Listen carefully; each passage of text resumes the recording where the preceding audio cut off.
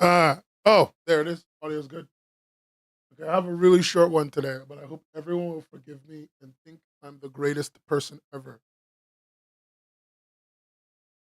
I always, I hate clickbait. I hope that wasn't too clickbaity of a title. It wasn't meant to be, but it is a clickbaity title. By just inherent nature of what it said. I really, maybe I should have chosen a different word. I should have chosen different words. Maybe. It is what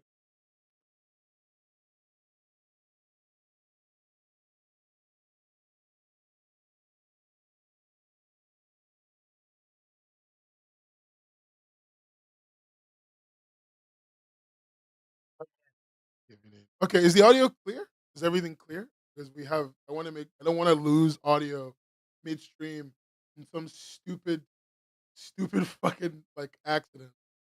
Yeah, yeah, yeah. All right, cool. Gonna give it like 2 minutes because there's a lot to go through. And just the window where I organize everything. My favorite thing to do these days when I stream is to organize everything one in order of how I remember it hearing about it. So I don't have to like do anything.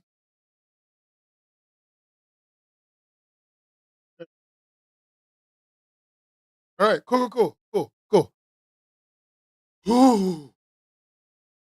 This one is going to be like point, and end. Um, I'm gonna try and tie a few thoughts together and end on the reason why the title is the title, and then I'm gonna talk about two new platforms. So I'm gonna talk about one new platform. I'm gonna talk about a little bit about the Namikomi translation thing, not in detail, just mentioning it. I think it's good to every stream. I think it's good to like talk about stuff like that. What else is there? I'm gonna talk about a new comic platform, and I'm gonna talk a little bit. Let me just check if this is still actually.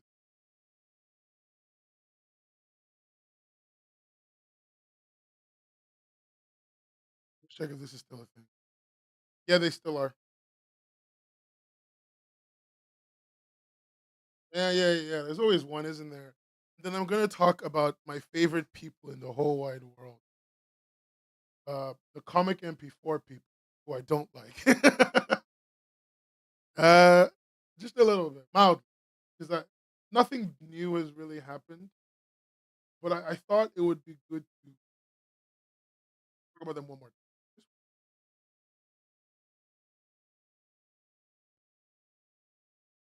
No, there's nothing useful. I want to be clear. There's no deep conversation I have. No quarrel. No nothing. Um, like I'm largely uninterested. But I want to do it for the sake of I've done it, and then nobody can ask me to do it again.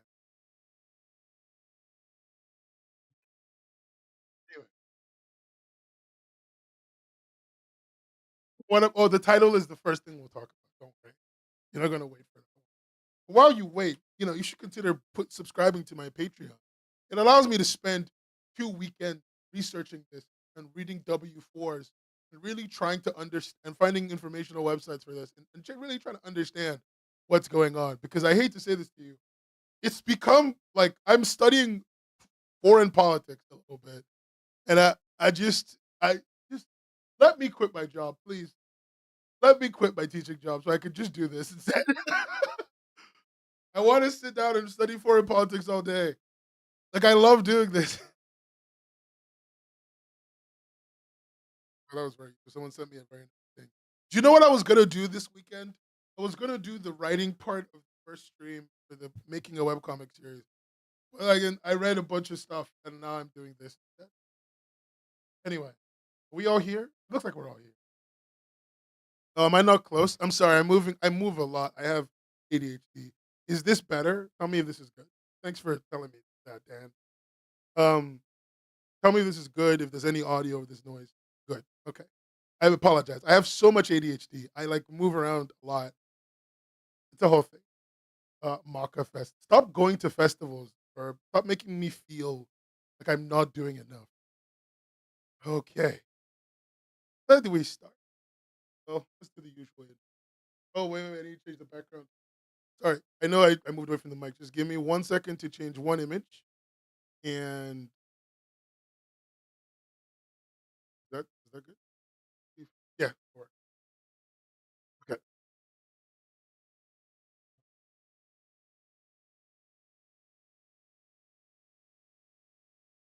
Yeah, good enough.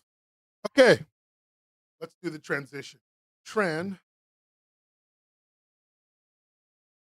Wait, hold on. Fuck, what screen is this? Oh, God. BRB screen. Wrong screen. Okay, cool. Transition. Hey, everybody, and welcome to another episode of the Webcomics Hubcast. It's me, your favorite boy in the whole wide world, Nen, with two N's. Stole that from Ren. And today's another Webcomics Hubcast, episode 13. We have a lot to get through today, and I have a wonderful set of stories for you. First, we're going to talk a little bit about AI. I know you're sick of hearing about it, but just let me get to my point. Okay? AI. We're going to talk about it a little bit because it's a matter of national security. Okay? Then we're going to talk a little bit about Webtoon and we're going to talk about stocks. So it's going to get a little bit honk shoe. For that reason, I brought two spoons from my kitchen and I'm going to pack them at the mic every time I'm talking so that you don't get too distracted. And I'm sorry if that was really high pitched. um, And then we're going to talk a little bit about Namikomi, but mostly about a new comic platform. There's a little bit I want to talk about them. It's not going to be too in depth, but because the information is thin on the ground and there's stuff I couldn't get. But I thought it'd be good to at least introduce you to them.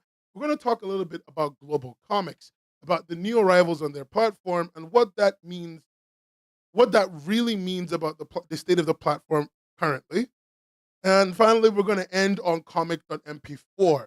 If there's any topics you want me to cover now or in future podcasts, you're very free to reach out to me on Discord or even put it on the Discord. We have a suggestion section, if I can remember correctly. And I usually look at it and I try to read into it and try to talk about it if there's news there. Um, anyway, without further ado, let's go. Okay, so guys, have you guys heard of NVIDIA? The big multinational company Nvidia. Yeah, well, the people in Korea have heard it, and this comes straight from Korea Jungang Daily by Ha Hyun Ok. That's a hard name to say.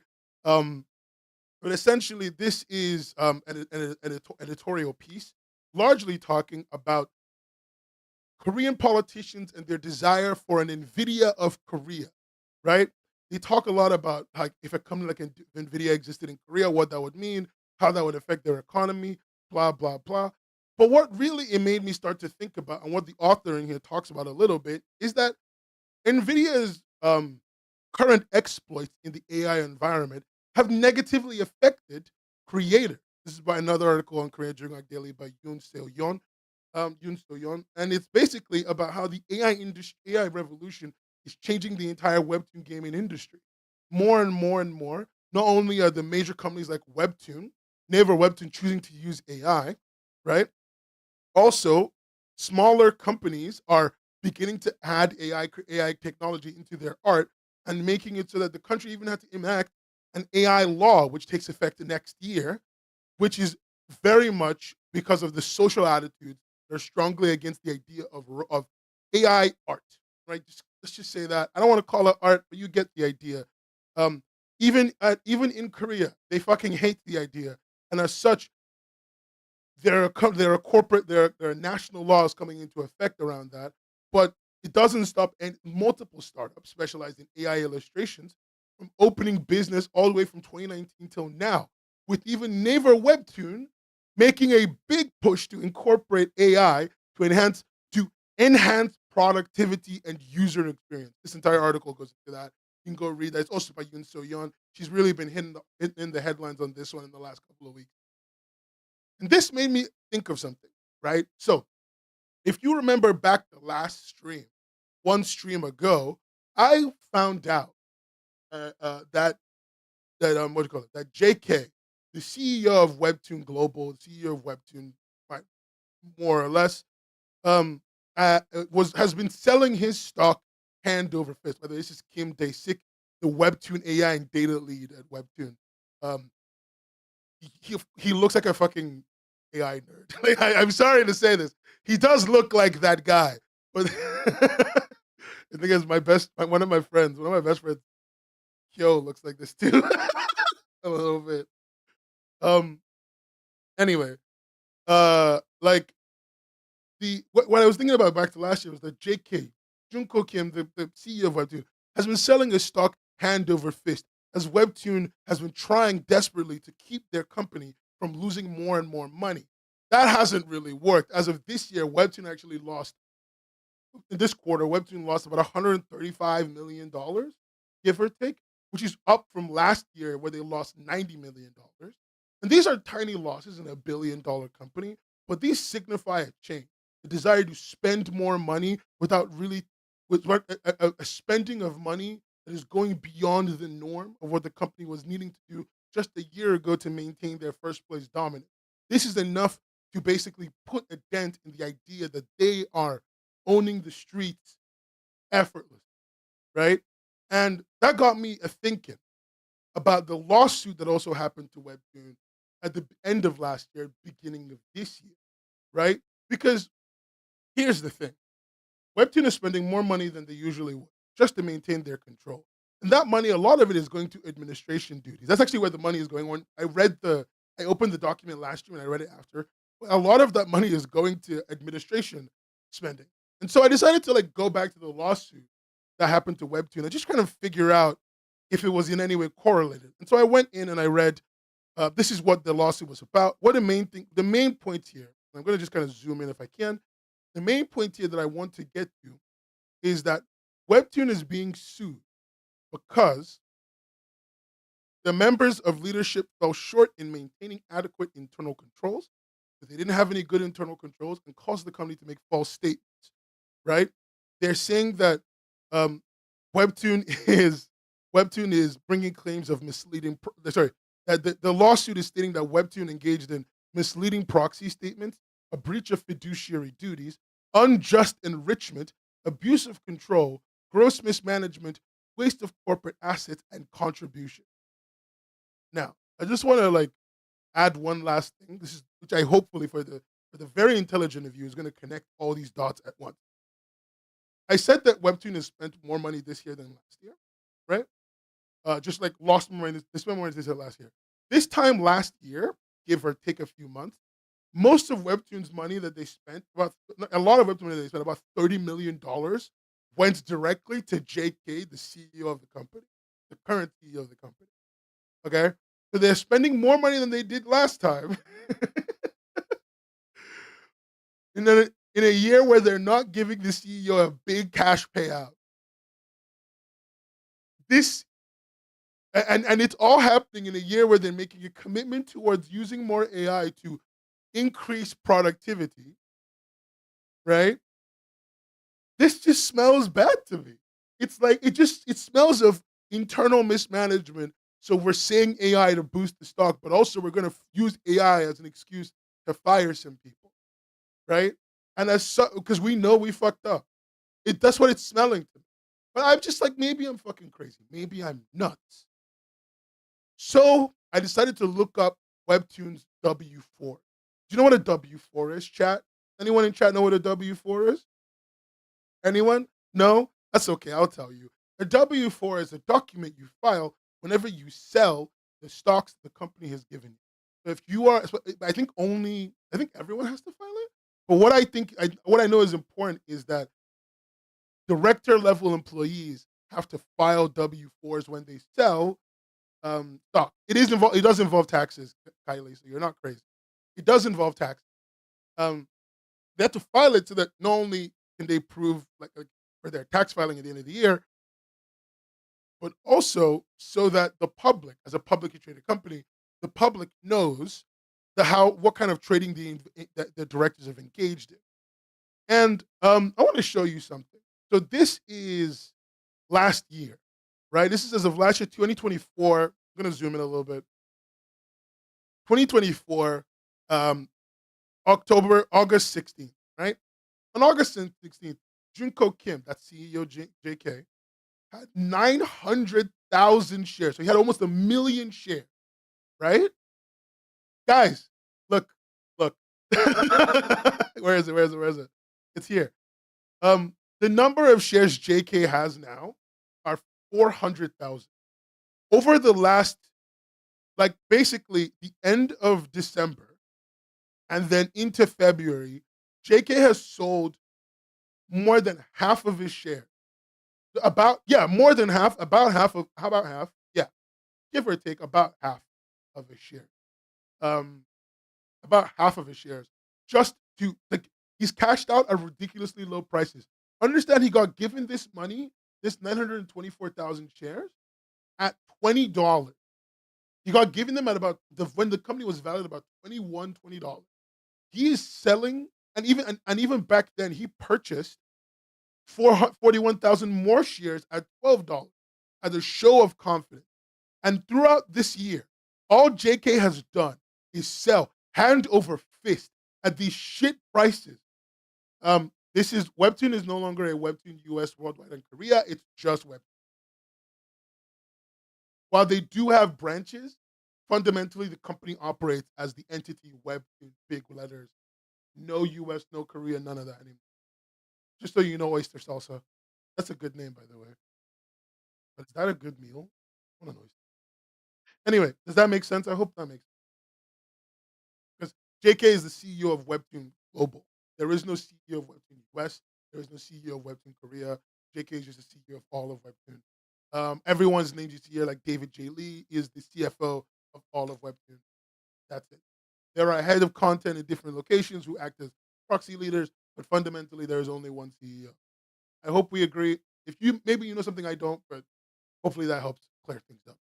Anyway, JK has been selling stock hand over fist at shit prices into the ground just to get rid of it.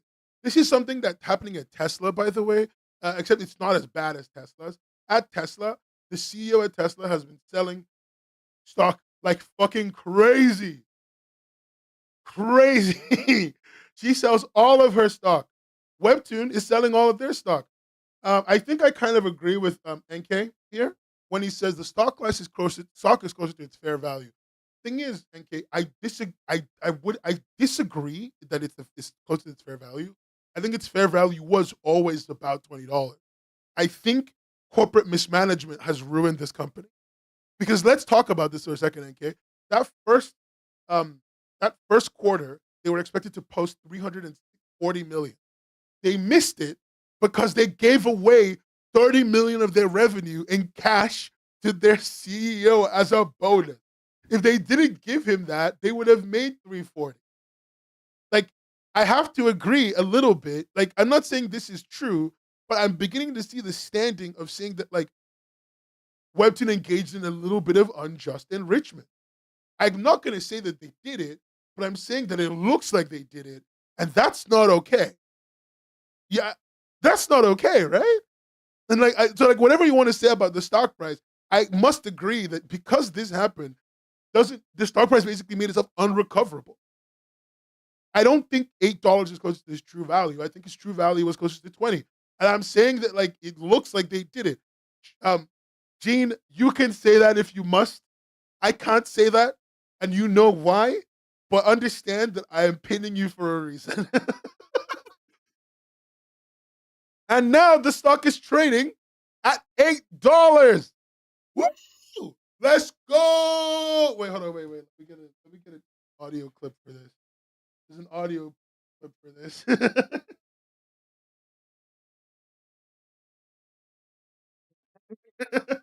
I have something for this. One second.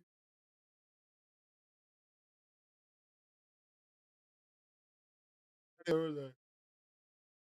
Yes, let's fucking go. We're trading at the highest values possible, everyone. It's happening. No, this is the money. This is the wrong money. Whatever. I need to get a soundboard. I need to get a soundboard. I'm gonna buy one. Guys, give me money so I can add a soundboard to these streams, and I can basically stream like what's his name on the that financial television guy. Yeah, I'm looking for them as like money, money, money, money, money. That's the one I'm looking for. Anyway, Webtoon is trading at fucking $8.50, everyone. From a high of 25 to a low of 8. That's Michael Jackson. Okay. To a low of $8.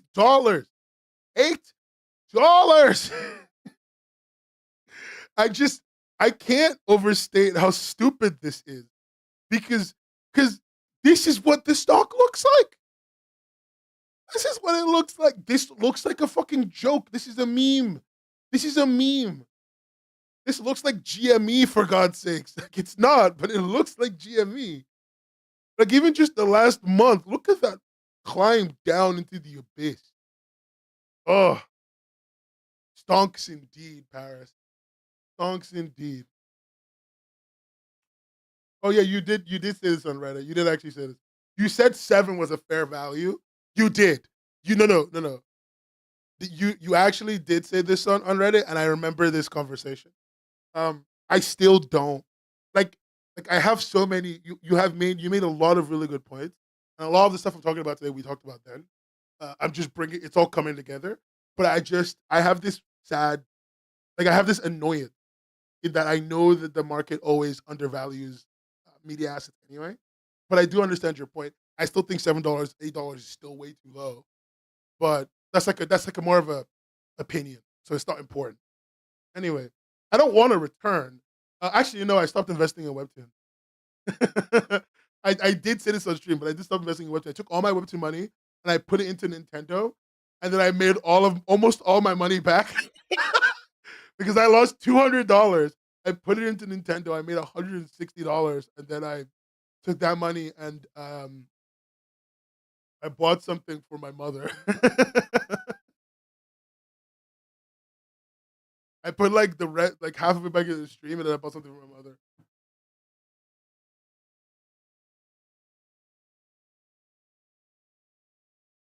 Oh yeah, no, 100%. NK. I agree with you. I agree with you, NK. I am indeed paper hand. Yeah, no, NK. We're both in agreement of this. We're both in agreement of this. Yeah. Whoa! And wasn't the whole point of the Legends contest to boost stock prices by flooding it with new content and engagement, so that this doesn't bode well for content or even participants? Well, it doesn't affect their revenue, man. They still make bank. Like when you make as much money as Webtoon makes, it doesn't fucking matter. It just doesn't matter. You will have enough money to pay off people. So that's not the issue. But what it does mean is that like this over the course of this year, we're gonna find out if this bet's gonna pay off. And if this bet doesn't pay off majorly, I'm talking Lore Olympus level IP again, I think we're gonna lose investor hope so much. I can see the stock crashing to $3. I can see that crashing to 3 because right now a lot of this hopium is on the visual of what Webtoon stands for. And if they lose that footing, I can see the stock crashing to $3. Like even momentarily, it doesn't matter, right? Because people can lose that because right now, in my perception, what's keeping the value up, even at all, is the visual perception. I just burped. I'm so sorry. The visual perception of the company as a major powerhouse, and that is their ability to produce high quality, market leading IP across multiple markets. If they fail to do that in any of the markets, for context, IP means intellectual property, by the way. If they fail to do that across any of the markets, right? Especially the English market, which is where they're putting the most money right now, it might look really fucking bad. The reason it's really important in case because they spent $100 million. Like I just don't really know what else to say.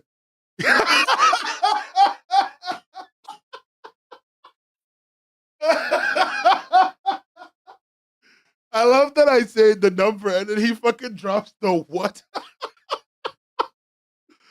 Let me just show you. Let me show you where I got my numbers from. Let me show you where I got my numbers from, just so everyone knows where I'm getting my bullshit from. And so Nobody thinks that I'm just making shit up. Um, where is it? Where is it? Where is it? Where is it? Oh wait. Oh god. I'll do it tomorrow. Anyway, I need to see what's the overview. I'm looking for the prize money winners. Okay, yeah. So all the money they're giving out is a total of like $1 million in prizes, like total overall, right? Every contest I've ever been in, you spend every contest I've ever organized, you spend in just even in just employee man hours about as much money as it costs to make the contest to set the contest up.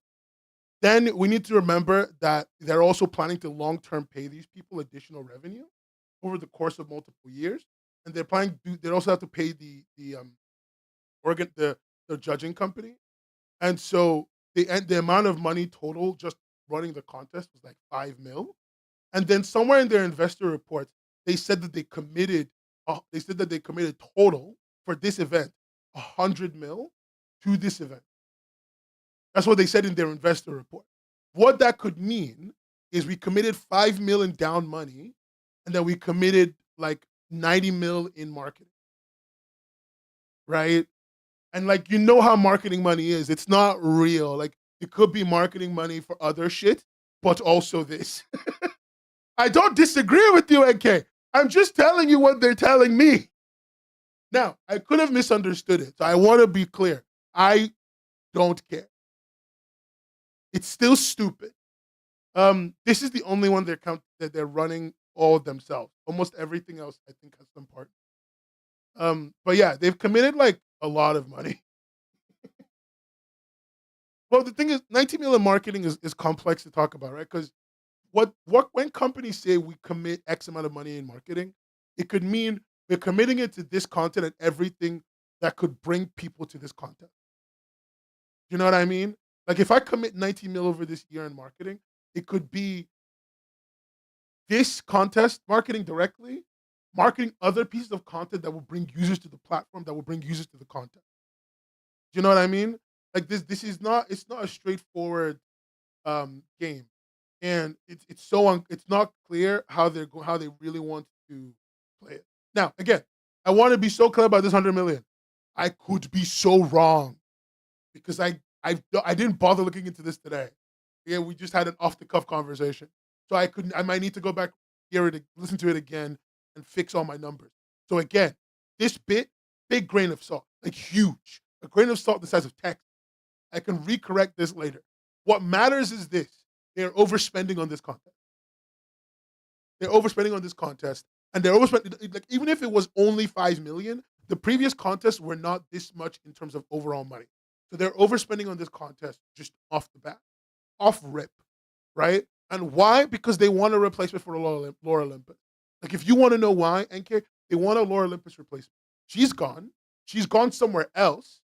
A lot of their big IPs are gone. They've gone somewhere else. And a lot of their big creators are concluding and making deals to go somewhere else. You need to start cultivating new um, big IP. You think they're overspending with the goal of recouping their losses later? No, 100%. But they do that for every contest. They've always been focused on recouping. But also, I should say, they also had trouble with the last couple contests. The last couple contests have gone really bad, right? Like the last one, I think we still don't know who the winners are. Like we know who the winners are, but the winners still haven't brought anything out. My bad. That's what I mean. Like where are the where's the shit that we were expecting? Rooster Teeth collapsed in the middle of it. Are we even getting anything from that? Webtoon Greenlight went on to produce some IP. But what matters here is this. They overspending because they're trying to replace lost IP. Some of the Greenlit comics came to fruition. I think Wendy Bird became a real thing. I think. Yeah, it did. It did. It was one of them. The Wendy Bird became a real thing. I'm not crazy. Oh, he's still working on it? That's good. I'm glad to know that it's not all gone. But it's still been a long fucking time. Like I'm happy that he still gets to work on it. Good for him. But it's been a long fucking time, you know? Um the animation is just not happening because Rooster Teeth is gone. Like the original Rooster Teeth is gone. They got absorbed. But like I don't think that should just negate the contract. I don't know. I didn't make these agreements, man. All I know is there's too much money. This artist that what the fuck? Wait,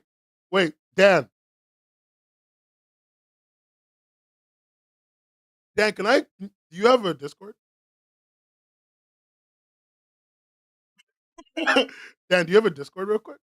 Wait, I just need it. I just need. Can I? Because if you're comfortable with it, I'd love to like talk in a voice chat really quickly on stream. You don't have to say too much. I just want to know exactly what you asked and what you found out in this very narrow situation. If you're not comfortable with it, please, tell me no, and I will just ignore myself. Just ignore this and move on. Okay? Yeah, that'll be great. I just usually don't like to force people to send me screenshots if they're not comfortable. I'm on Discord, Nen Comics. Just DM me. My DMs are open for you. I'll accept whatever thing you send me. Don't worry. If you don't want me to show anything, just right before the image, don't show on stream, and I'll make sure to work follow. Um, but yeah, like like yeah, a lot of people avoided partnering with Webtoon because of their predatory contracts. It's not always the same thing in Korea. Webtoon is a giant in Korea. Like not partnering with Webtoon in Korea is like not partnering with Marvel in traditional comics. It's just dumb. And the thing is, again, no matter how predatory their contract is, not partnering with Webtoon in the English speaking market right now is still dumb. They're the only ones spending money properly, like in my opinion, on new IP. Webtoon's problems, as I've grown older, I've come to accept some. I don't think Webtoon is. I don't think Webtoon is underspending. Is underspending on new IP when they give creators $50,000 for a season. I don't think it's underspending, but I want to say that I think that I think most creators are getting paid somewhat reasonable money for very new IP. And I say most. I'm not saying all. I'm saying like there is a stage in their creative journey where they're getting paid a reasonable amount of money for what is incredibly new, untested IP. However, however, I think Webtoon continues to underpay long term, which makes them a very, very good starting point, but they have turned themselves into an incubator company. They do not have a long term, like for anyone who lives in any country that is not a developing nation, they do not have a long term viability here. You come here to start, you leave. That's what they've done to them. And like that's just the way it is, right? That's what they've chosen to do. And the thing is, what those more advanced creators need isn't a platform that lets them charge the right amount of money or whatever. It's a platform that treats them a little bit more like a partner and a lot less like a publishing, like a lot less like a subordinate. Anyway, I'm just talking about stuff. Oh, by the way, Lore Olympus is now entirely daily pass. Very depressed. Um, if I'm being honest with you, I don't want to talk about that question, Samir. No, it's not even you. I just don't want to answer it because right now I have like a lot of people to talk to. I don't think any of them exist right now. By the way, right now I wouldn't say any of them exist. But yeah, um, why do I love a Nen op-ed on why he thinks Lore Olympus makes it big and why they have trouble making it. Well, like Lore Olympus has like 600 things going for it, right? Came out at the right time. It is a very pure romance story that came out to the right audience that grew up with it and it matured. Unlike most webtoon series, Lore Olympus quickly matured with its audience, almost matching the aging pace of its audience, because they had a very experienced older writer in Rachel guiding the helm. Its art style also improved over time, allowing its audience to maintain focus and never lose interest. Unlike Unordinary, who has largely been the same, um, it also is very visually striking. Like, say what you want to say about Lore Olympus. You see a Lore Olympus page, see a Lore Olympus page. Somebody sent me a picture of a pin they got, and they were like, "I think it's a Lore Olympus pin." I'm not even joking. I have seen young people see pink, blue, and go Lore Olympus. Like it's not common, but it's just that's what a significant. Like, having a good, well organized art style like solo leveling does not make you stand out. That is the most boring thing you could fucking do. Having a visually striking, um, significantly symbolic art style really holds true. And then also, again, She hit the market at the time when almost everyone was looking for a romance story, and she she she she talked about she did the dark romance shit. She did the age gap shit. She did the all the things that the romance readers are looking for. She did all of it in one complete comic, and then she concluded on the high note we all wanted. Really, I cannot lie. Generational run. I hate to say it because I am not a lover of Laura Olympus. Generational run that she had. Unbelievable. She's almost LeBron. To all the Chicago Bulls fans out there, I'm gonna say this to you, to me, and to God. LeBron is the GOAT. I used to be I used to say Jordan, but it is LeBron. Anyway, she's LeBron. She is the LeBron of comics. Okay, she is the GOAT, the greatest of all time, and I don't think anyone's gonna supersede what she did for comics ever, ever in our lives.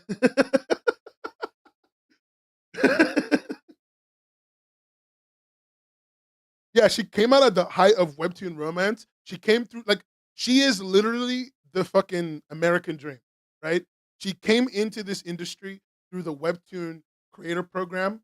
She made her money there. She got her fame there. She got featured. She became a featured original comic. She fucking had a generational run revamping her comic and also then improving her art style and not letting that stop her from creating, and ended on what was, in my opinion, one of the best looking pieces of art in Webtoon history. And then on top of that, her merch fucking knocked it out of the park. And then she drew the last page when we were having the mega aurora across the world. You know, remember that day when there was like an aurora everywhere? You could look up and see an aurora. That's when she drew the last page. Come the fuck on. She's fucking LeBron, dude. She's LeBron. You don't get that shit if you're not LeBron. This is she's the Luka Doncic of webcomic creators, and I have to be the one to say it because no one else is gonna say it. Okay, it's not Manji, it's not fucking Uru-chan, it's not fucking even what you call it, even the creator of Senorita Cometa, who I love. I love her as a creator. None of them are this unbelievably dominant in what they've done. But she will not talk to me because I am a dick. I frankly I don't blame her. I am a dick. I'm not gonna pretend I'm not someone I am. Like I just have to be upfront. What she's done for this industry, what she means for this industry, what her books have done, how many people who have started accessing comics because of her. Very few people can say that they've had this much of an impact, especially in the modern day, in a world where people don't even buy printed books anymore. Like, she is in bookshelves across the world in languages that none of us speak. And like, she's a nice person. Like she can just fucking have one L and she has none of them. So whatever. All she needs to do now is have a kid and then teach her kid to draw and then bring her kid into comics and then draw a joint comic with her kid. And then she's gonna be LeBron for real. On her kid then needs to draw their own comic and needs to be shit. Then she'll be LeBron. That's what we need. We need a Bronny Jr. This is the most sports references this stream has ever gotten in a 10-minute moment in a 10-minute moment. And I feel terrible. Rob Liefeld was a nice person, I guess. Rob Liefeld is a prick everywhere else. But I guess he was a nice person, nice in person. Listen, Paris, she still got weirdos in her DM. Do you think that they might judge this contest differently? I remember some people would complain how they were judged, but if a lot's on the line for this, how can they be sure to get a hit? I mean, this time they're gonna play. I'm gonna assume that that's a big reason why they got the social media shit going on, the video, because they're trying to basically turn this into a social media game. This is not about who can make the best comment. This is about who can ride the wave. Who is. I'm gonna show you guys a video. I think this is important to show you. Um,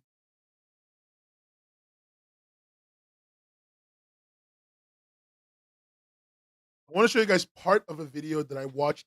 One of the first YouTube videos I watched in my entire life. Suited to Twitter. Okay. I want to show you this bit. We're gonna watch this together, and it's gonna talk about Twitter, but what he's gonna say is applicable to basically any social media platform. And what he's gonna say is gonna explain what they're gonna be looking for in the Webtoon environment. Okay? All right, class, let's go. Popularity didn't really mean people thought it was better than other games in development. Fez's selling points were Phil's art, guided by his incredibly demanding standards, and its 2D 3D mechanic, which was near impossible to describe but could be instantly understood in motion. The game blew up on Twitter because it was perfectly suited to Twitter. Everything you needed to know about it could be understood in 4 seconds of video or even an animated GIF. It was a game that compressed well, and the more compressed information is, the further it can travel on the web. Okay, that's the only part that matters. There's more to this video, and you can watch it if you want. It's a really good video about social media presences and knowing people and all that shit.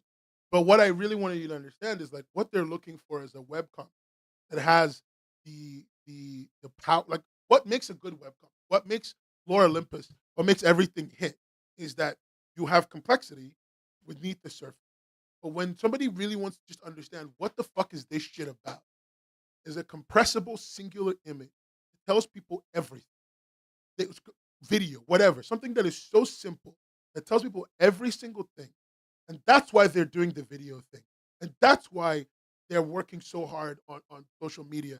And that's why they're putting all this effort into all these different aspects. Because at the end of the day, they know that they know, much like me, much like everyone who has had 10 plus years of experience with social media, that what sells online is something that compresses really fucking well. And Lore Olympus was that. Literally nothing compressed like Lore Olympus. Do you want to know how you sell Lore Olympus to somebody? You draw big blue. Like, I'm not even fucking kidding. I'm going to do this now. Online, I'm going to show you Lore. This is going to be like Lost, by the way. But I'm going to show you Lore Olympus in my head. This is what I see when I think of Lore Olympus. Big blue man. Small pink woman. This is it. This is all I see in my head. Like, I'm not even joking. When somebody says to me, Lore Olympus, this is all I see. And this is enough. I could show this to people and they're like, oh, I get it. I understand what this comic is about. I understand what the premise of this comic is about. That's it. Like, do you know what I'm like? I know you guys are doing a little bit of a haha, but do you know what I'm saying? Like, you show this to someone, you're like, oh, this comic is just this plus this. That's the whole story. It doesn't matter what complexity. And complexity is good, by the way. People like complexity, but if they can understand that this is the core plot, that this is the core plot, they don't give a shit. They don't give a shit. This is good enough. Like, they get it. They fully are. They just see it. They're like, oh, fuck, I get it. Like, I fully fucking get it. I fully fucking get it. I'm going to go read this now. Like, this is what they see. I don't know. Am I crazy? Like, chat, am I crazy? Tell me. Tell me right now. Right? Tell me in this right now, right here in this room. Am I nuts? Is this not what you see when you see Lore Olympus? Cool. It compresses really fucking well. Nothing compresses like this. Nothing in Webtoon right now grasps its entire concept like this. And I don't say that to be something because I think she's a genius. I say that because she did it. I don't know whether she knew she was doing it, but she did it. I'm crazy like a fox, fair enough.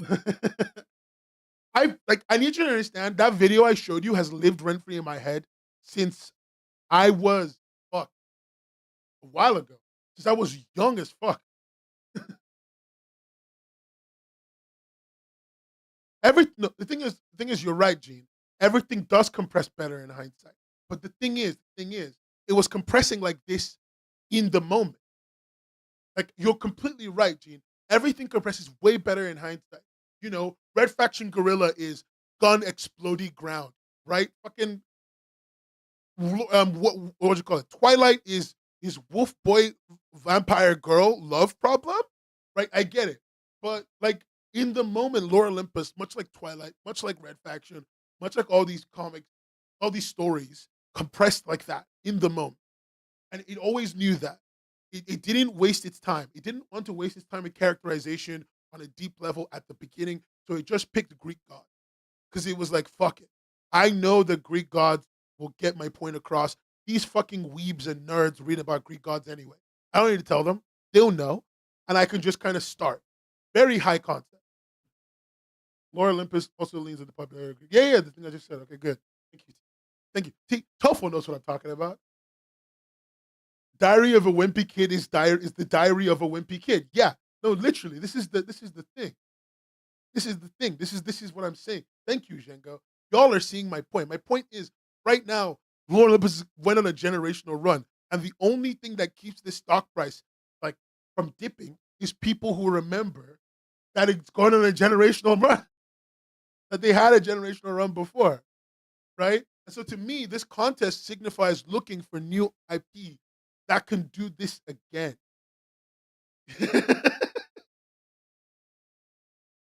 You did send it to my Discord, King.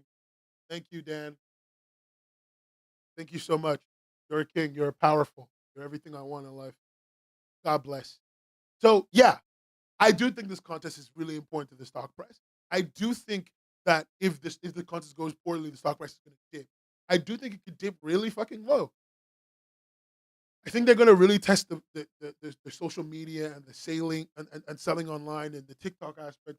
That's something they've been trying to master for over for years, and they've got a bit of a handle on their social media right now.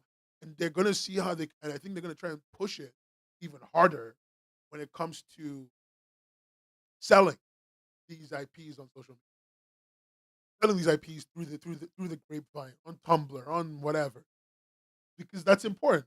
It took Lore Olympus years to hit the popularity high that it did, but it actually took Lore Olympus 1 year to become the face of Webtoon. Like Lore Olympus became the face of Webtoon more or less in a year. To get out of Canvas, it took her about a year. Because I know this because you can see. Okay, I'm gonna. You can see on Webtoon. I don't think they think someone could do it in 5 episodes. They're just hoping they can find someone who they can work with to do it. But if you want to if you ever want to like blast of the past, go on the Webtoon webpage, go into the notices section, go back like really far back, and then eventually you will hit the notices where they're showing like people who got the Discover money, like back then when it was called Discover, and you will start seeing little things like um where the fuck is it? Not the Discover creators to be featured. Oh, they used to announce. I love this. They used to announce who was going to become featured. Like I remember reading Late Bloomer. My beautiful time. But this was right after the Patreon thing, so you can go back and you see these tables. And when you see these tables, you can start seeing who was paid when, and you can see the month, the first month Uruchan got. I said Uruchan. The first month that Rachel got paid, all the way to the last month. I think it took about a year. I think it took about a year, just over a year, to go from here, Discover, to original, to feature. I think that was fucking cool. Good for her. Anyway, that's all of my conversation on the stock price. Questions before I move on?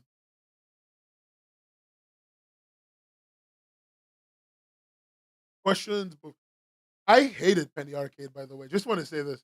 Um, I hate Penny Arcade so much. Like I despise Penny Arcade. I hate Control Alt Delete. That shit has never worked for me. I just want to be upfront. Like I am not a fan. uh, um, this is essentially the same problem Marvel and DC face. They aren't developing the next big thing fast enough. I mean, yeah, that this is why. I mean, Gene, this is why Webtoon is eating their lunch.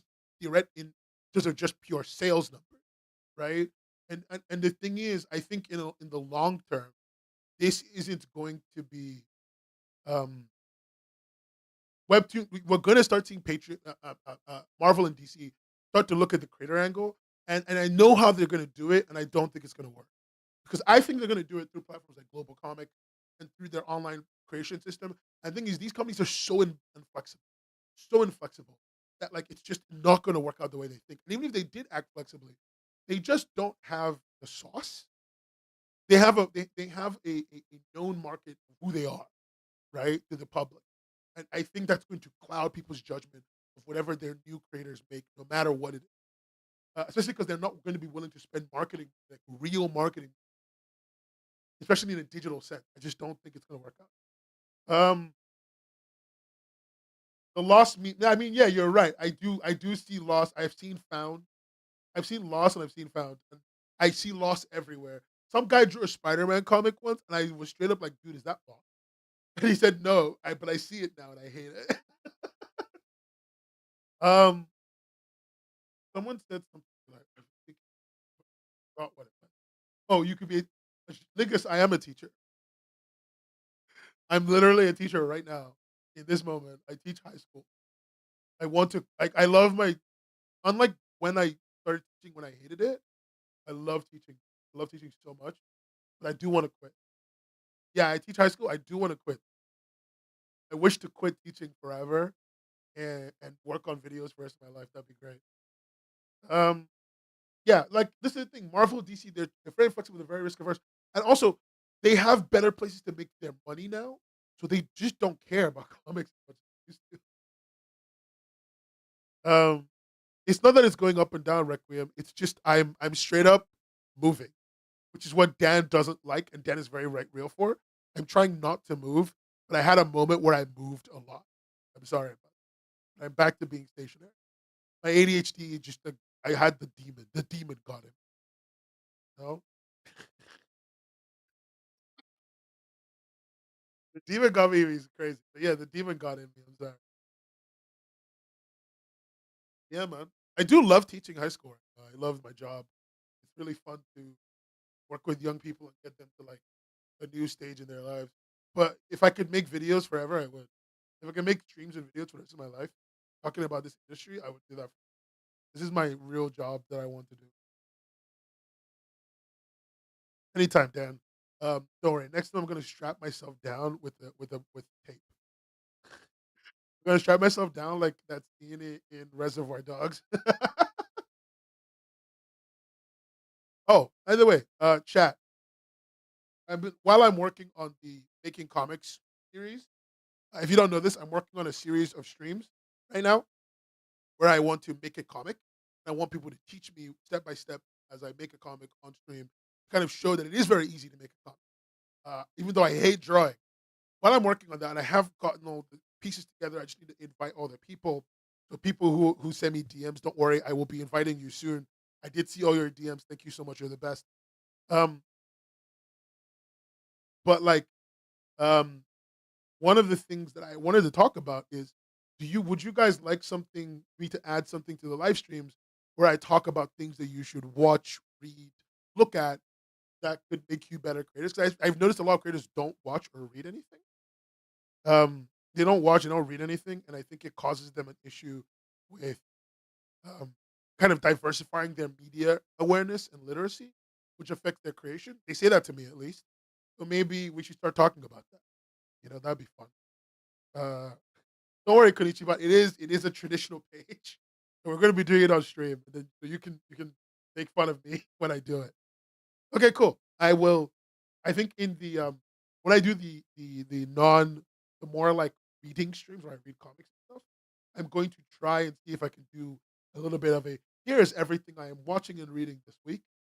You should go do that. These are good pieces of media that will teach you this skill and that information and learn about these angles. Just put that on screen and talk about it a little bit. Show you some clips. I think that'll be a good addition. And make note. Um, God, where's the button I have for instant replay? Holy shit! Wait, fuck! I forgot the button I made for instant replay. Was it this one? It was. That was not the button. Oh no! Oh no! I've completely forgotten the button I'm using for instant replay. Anyway, if you Dan, that's actually really good. Mine is going to be like a very live thing, but that also sounds like a fun time. Anyway, let's get on to the last couple pieces of information. I'm seeing people leave the chat. Get back in here, you fucking assholes. Come into the stream. We have things to talk about. If that works, that'd be really funny. If the viewer number goes up by one, that'd be Anyway, so the next things I want to talk about a little bit about Namiko. Namikomi is now in a really interesting position. So if you don't notice, they have been doing a contest every month where they one of the things they offer is translation. So I thought it would be good to look at the most recent, I think, translations that they did for one of the winners of the contest, which was Falling in Love with My Ex Fiance's Grandfather. And they have translations where there's 3 pages each in Korean. I think this is Japanese and I think this is Chinese. Korean, Japanese, and Chinese. And I read a little Hangul, so just a very small amount. So I'm going to look at that one because they give them to a professional translation organization and they push this out. Namikomi wants to basically be the location where every version of your comic in every language is available to be read in a very like smooth way. And so I just thought I'd give it a good look. And these don't look bad. This actually looks really good. What the fuck? Because these start off in English speech bubbles. Unlike Korean and Japanese stuff that start off in Korean and Japanese speech bubbles more fit to the text. These start in English speech bubbles and English lettering. So incorporating the Korean and the Japanese is a little difficult, but they're making it work. I'm assuming because she's giving them Hansa. I don't remember if Hansa is a he, they, or she. My bad. I'm assuming because Hansa is giving them blanks to work with. But I thought it would be good for people to go look at. Not a big topic. I just wanted to bring this one up. The big topic I do want to talk about is pearlcomics.us. This is the second of the topics we're going to be getting to today. Pearl Comics. They are a webcomic platform. That's all they gave us. If I'm being real with you, that's all they gave us. They say that they're a self-publishing webcomic platform with a beta launch. In some DMs, I've seen that they have a beta launch looking to start in March.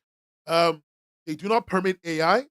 They want to offer support for zines and one shots. They are planning to full launch by August 8th, and they will be trying to make sure to adequately market and promote the site and each creator's comic that will be starting off their series with them.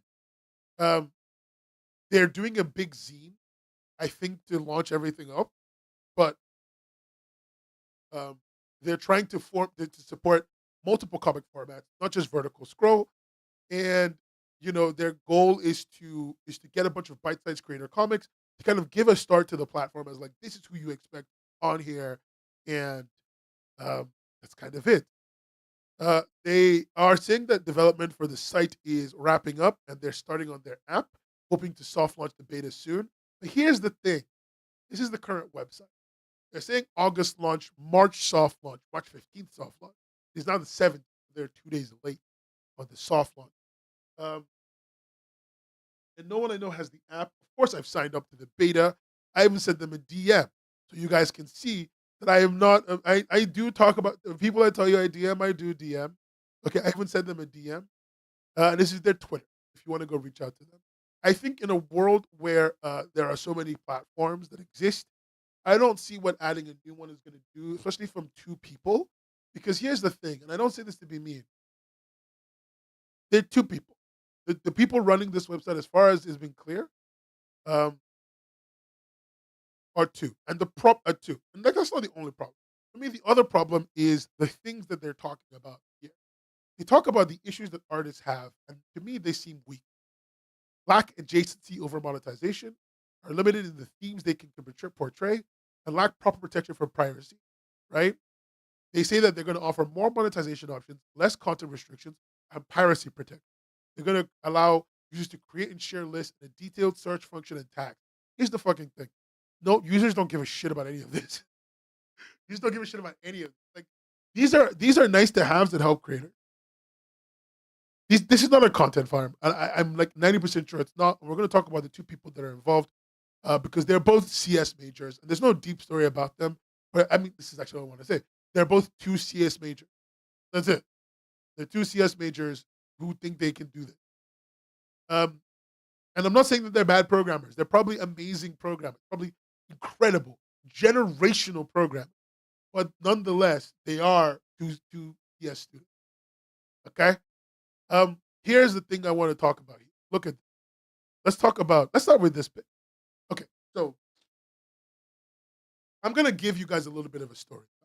Back in the 2010s, there were two competitors to YouTube that popped up right after Blip.tv. You guys don't even know what the fuck I'm talking about. But right after Blip.tv basically gave up the ghost and everyone migrated to YouTube, two competitors popped up competing with the YouTube platform. At the time, YouTube did not really let you link off to your Patreon. Really, didn't even like people linking off to anywhere. YouTube was actually a very key people on platform website because it had just been bought by Google, and they were trying to just shore up the user base. YouTube had viewer didn't have viewer problems, but it had a lot of problems getting viewers to see new content. And this was the time when basically nobody was really growing. Like growing was so hard. You needed shout outs and all that stuff. So the two competitors that popped up were Maven Video and VidMe, right?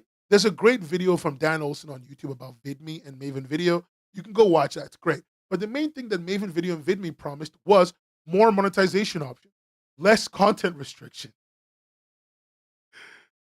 They didn't offer piracy protection, but piracy protection does never fucking matter in this industry. Piracy protection is not the issue. Rip VidMe, fuck off. VidMe was full of Nazis. But anyway, me and Kylie fighting is insane. No, but VidMe was full of like weirdos. I'm sorry. Almost everyone on there was a weirdo at one point. Um, but like all these platforms promised was more monetization, less content restrictions. Then you talk about piracy, but piracy never fucking mattered in video, in comics, in anything. Piracy is not the issue people think people think it is. Um, and for users don't give a shit about user like QOL features. I'm not saying that they don't like it. Don't misunderstand what I'm saying. If a platform was good, has good content, users care about QOL. They want good QOL. They want to be on the platform, quality of life. They want to be on the platform doing more things. And they want to be able to engage in more stuff. And users love doing that when they like the platform. When the platform has no additional draw to them, they don't give a shit. So really, what's going to matter about this platform, in my opinion, their big smoking gun, is going to be who their initial crop of creators are, what they have made before, how committed those creators are to the new platform, and how the platform has decided to bend over backwards for that initial crop of creators. And I don't say that to be rude. I say that because that's what you got to do, right? Because you want them to stay. You want them to commit. You want them to be willing to commit time to you. Contractually, hopefully, commit time. And to get them to do that, you got to bend over backwards for them. Can we get a Tila Tequila deal? Probably. If you're good enough, maybe. But like, that's what this is what matters, right? And I'm not saying sign a big creator who's somewhere else to come here. Sign a creator who's looking for somewhere else to go, who wants to work with the new group, who's got social standing and social respect, who's siding with you would mean something. Like an example of that would be Hansa, would be Chisha. No, is it Chisha? Chisa? The creator of oh god, I've completely forgotten. I'm sorry. I know their name on thingy. I know their name on Twitter. Argument in their favor, they used these cute kitties. I mean, yeah, you're right. I forgot their name on Twitter. And I've seen their Twitter account, but Chisaku? I forget. But like people with that kind of social respect are who will bring your platform up. I do not think this is enough. And I think that the two creators, um, Chimi, Chim, Chimcheese, I don't know how to say her name. Is it Chi McIsaac? Okay, cool. Chi McIsaac and Hannah, are going to have their work cut out. Just kind of getting this moving, in my genuine opinion. But hey, I'm always happy to watch. I hope that it ends up in a beautiful blaze of glory, but more often than not, this burns in a heaping fire pit. I'm happy to. I'm always going to be happy to see what new people are trying to do. And I'm not saying that to be rude. I'm not saying that to be like mean or anything. Hopefully, that comes come across as mean. I hope it's very clear that I am hopeful, but I am also going to be honest about what the information they give me has given me in terms of feeling. Anyway, I want to know what you guys think about this new platform. Look them up. They're called Pearl Comics. I think their URL is pearlcomics.us or readpearl.com. Go look into them. Tell me what you think. Tell me what you find out. They might have already DM'd you. If they DM'd you, you can tell me what they told you. Some people already have. And so, I'm more than happy to see anything that they've sent you and talk to you about it and learn about it. I'm sure these people have no ulterior motives. I don't think they're scam artists. I don't think they're grifters, but I do think that they are not experienced enough. Did I get a DM just?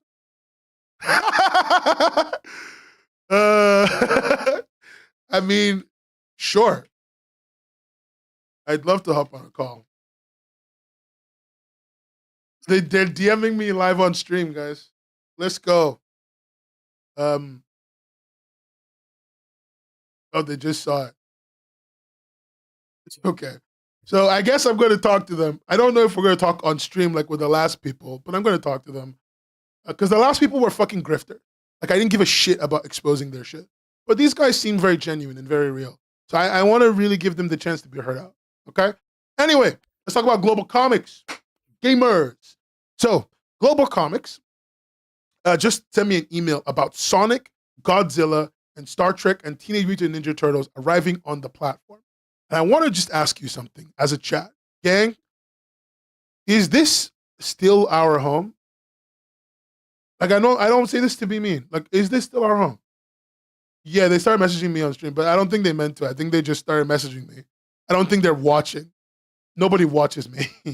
Anyway, is this still our home? This just doesn't feel like it anymore. They're talking to me about fucking Sonic the Hedgehog. Is this at least this is the IDW Sonic? At least it's the IDW Sonic. The thing is, the properties don't interest me, but it's just this place has just moved so far away from what it used to be, what it promised to be, what it wanted to be. Like, this is their new this week list, right? And on this list, the only thing that is not from an American publisher is Digimon Liberator. Oh, and the Curse of the Bailey Boys. That might actually still be from a publisher. I don't know. I am a Sonic fan. I'm a huge Sonic fan. But I don't know. It just doesn't feel. They're very focused on American comics, and it just doesn't feel like my home anymore. And I don't mean that in a bad way. I'm sure this is going to work out for them. This is the move that makes sense. But I think when you're a creator, just doesn't feel good. The thing is, they've added things that can help. They have this crowdfunding thing that shows you active campaigns. Like Wiseacre Comics, or people are doing Kickstarters, and the platform always support. But I feel like this just is becoming comicsology. That's bothering me. That's bothering me a little bit. I don't think it's bad, but it's not what I wanted out of it. Oh well. Anyway, Requiems. What did you send me, Requiem? Yeah. Sonic the Hedgehog and Dreamymoto in one post. Powerful moment. We love to see a Dreamymoto shout out. Oh, this is my goat. Dreamymoto is like the funniest fucking guy. Like, if you guys like, go read his comic realm now. And I don't shout out a lot of people on stream in terms of just like saying I like this creator. I'm gonna be so honest. If I have other creators in the world I'm gonna shout out in my entire life, this is one of them. Dreamymoto is a funny guy. Like, unironically, comedy writer genius. And I don't think he even knows. He's hilarious in conversation. He's hilarious in the streets, hilarious in the sheets. And he's a darn good artist. And he's making a comic called Realm 9. And it's got a unique look. And I just wish him the best. And I just want people to know that he has my full support. Anyway, let's talk about these fucking dickheads. Comic.mp4. They stopped using stolen art. They're still offering what they offered before. Still paying $100. They're still founded by two dweebs. Two absolute fucking dweebs. These are not my friends. Don't say that. I mean, the views on GC it's complicated. It doesn't matter. I'm not going to talk about it. I can't even talk about it. So I worked for them. I just can't talk about stuff like that anymore as much. Anyway, what I'm going to say here is just very simple. These fucking dweebs are still doing their shit. This is the latest video they did with LSE. Again, they don't own LSE, but whatever. This is not a good look, in my opinion. They're being advised by a former Google CFO, CEO. This looks like shit. What the fuck is happening? Anyway, so this is what they're putting out there in the world. There, you saw it. I think these guys are the only ones in the world reading School Bus Graveyard. And I don't say that to be fucking... The amount of School Bus Graveyard videos they have is too much. And they keep going, this is AI, but it's not AI. Because they explained in the call, if you guys remember the last stream where I called them, they explained in the call that they do most of the work manually. So the AI is just doing very little, if anything. And so they're not very good at this either way. And the AI is useless. Oh yeah, when the eyes turn detailed anime at that moment. This is dog shit. This is dog shit. This is fucking stupid. This is gonna get my stream content claimed, and I'm gonna have to fight it. And this is gonna piss me off because these songs are all copyrighted. Anyway, that's my fucking comics.mp4 update. Fuck these guys. They suck. Okay? They're businessmen, not animators. They can animate these nuts. Anyway, chat, we're now at the question and answer portion of the stream. Let's have a conversation that's involving me, you, and whatever you guys have thoughts about. Thank you for being here, by the way. You guys, it's always fun to have these streams where we talk about stuff. I hope to see you more streams. Also, I want to say thank you to everyone, the 2 people, the 3 or 4 people actually, who were at the pre-stream earlier today where I streamed myself playing a game. I'm trying to do more hours of streaming a day. And so whenever on stream days. And so what I've been doing, what I did today was I actually turned on stream way earlier in the day. I streamed a game for like 3-4 hours. It was Sammy and Sim. It was super fun to hang out with both of you and just like shoot the shit and play a video game. If you want to be on any of these streams, make sure you're subscribed to the account. Make sure you're subscribed you're following on the Twitch, because I will just pop up a stream earlier in the day, play a video game for a bit, shoot the shit, and then do the live stream like a few hours later. No Tapas news. No Tapas news. They just aren't doing anything. I like nothing about Tapas is interesting right now to me, because it's all very like they just became a bland company with no personality in my perception. Maybe I'm missing something, but that's it. I guess they have solo leveling. Cool. We literally talked about everyone but them because they ain't got anything going on. Like they just, I don't want to be that guy. I don't want to be that guy. But like they don't. This is their newsfeed, their own newsfeed. Their last big news was December, according to them. They're also collapsing in on themselves. Yeah, that too.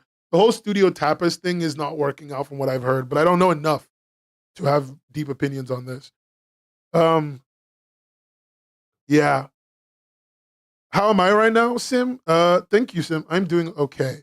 I have been trying to catch up on work because we're trying to make sure. So I don't know if I told you guys this, but a few months ago, me and all the creators, the guys working on Creator Studio, have been trying to set up the system to basically allow us to capture as much of Webtoon's data as possible and then publish like a big study on Webtoon data and Webtoon comics, especially mostly for the featured section, maybe Canvas if we get time, but do a big study of it. And so it's just been a lot of work, but we had to take a break, and like getting us back on track has been painful.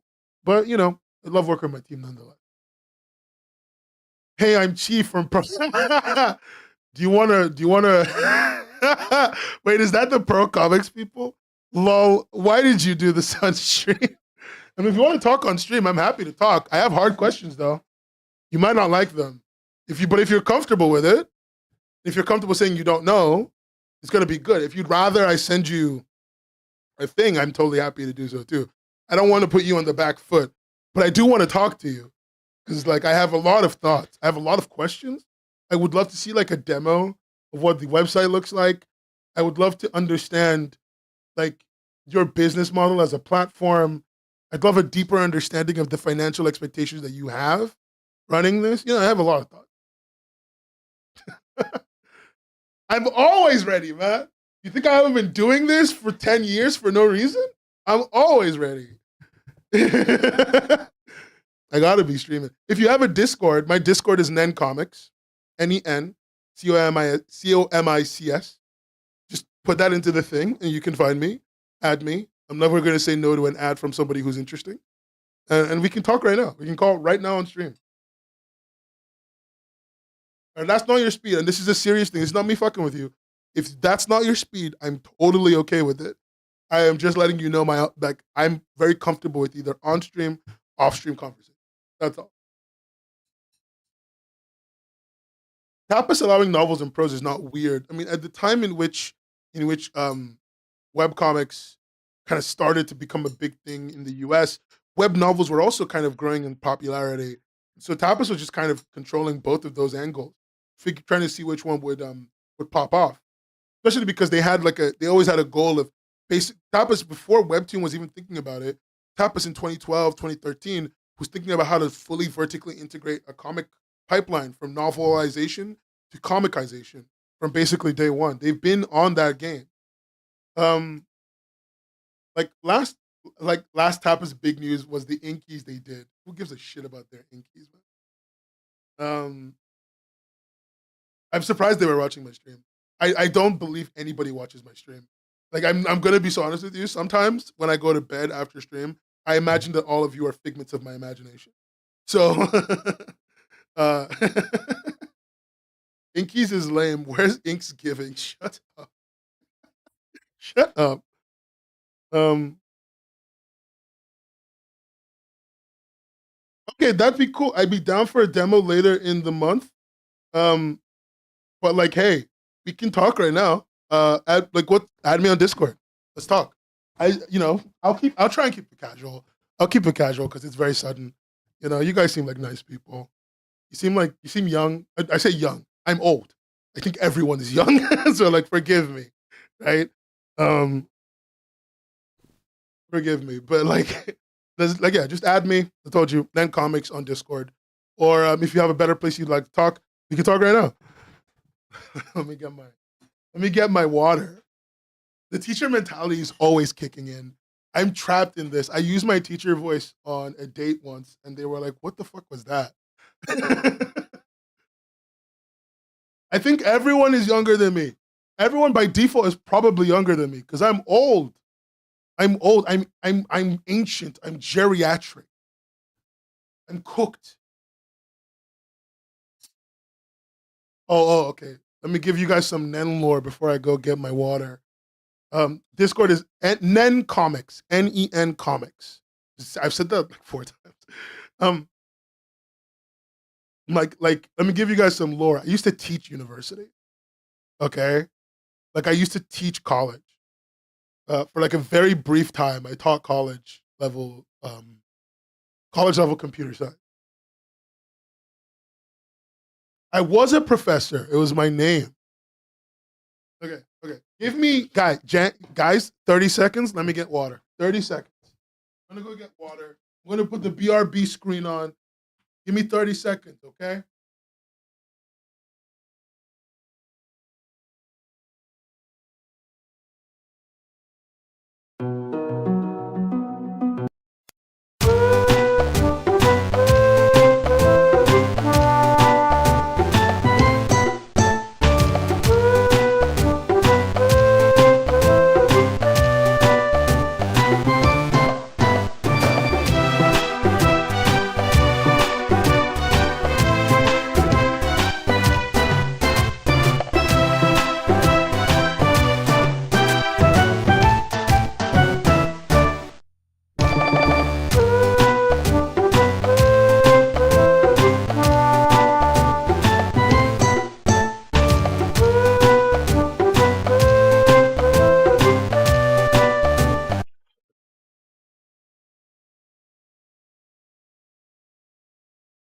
Okay, I got 2 ads from 2 people.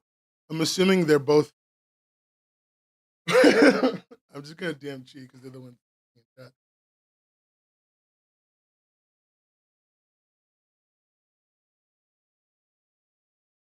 Imagine they're in the same room right now. Mm. Okay.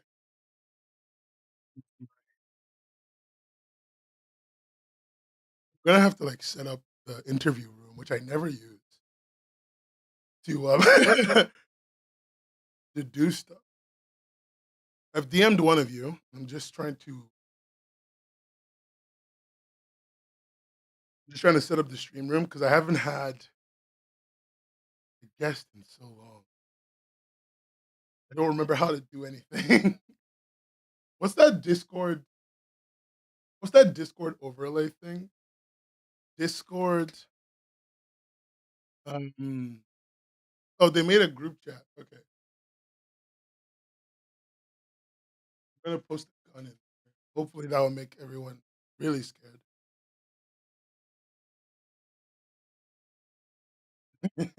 I am not just. I don't just act old. I am, and you know that, Matt.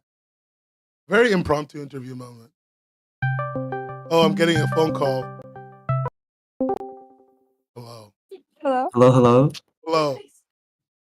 Oh, One moment. which one of you is she? Oh, you're she. I'm Chi. I'm Chi.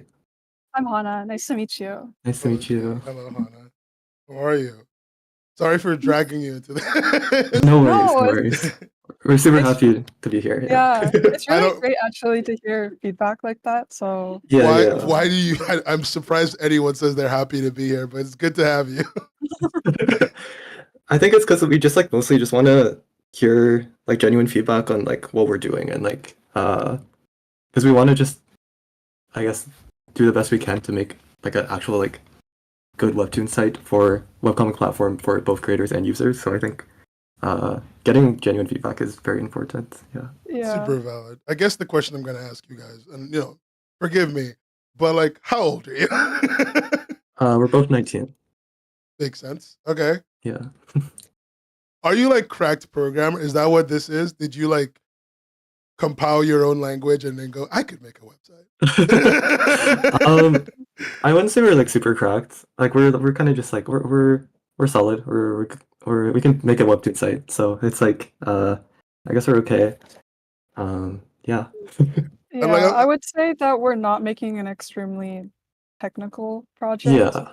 Um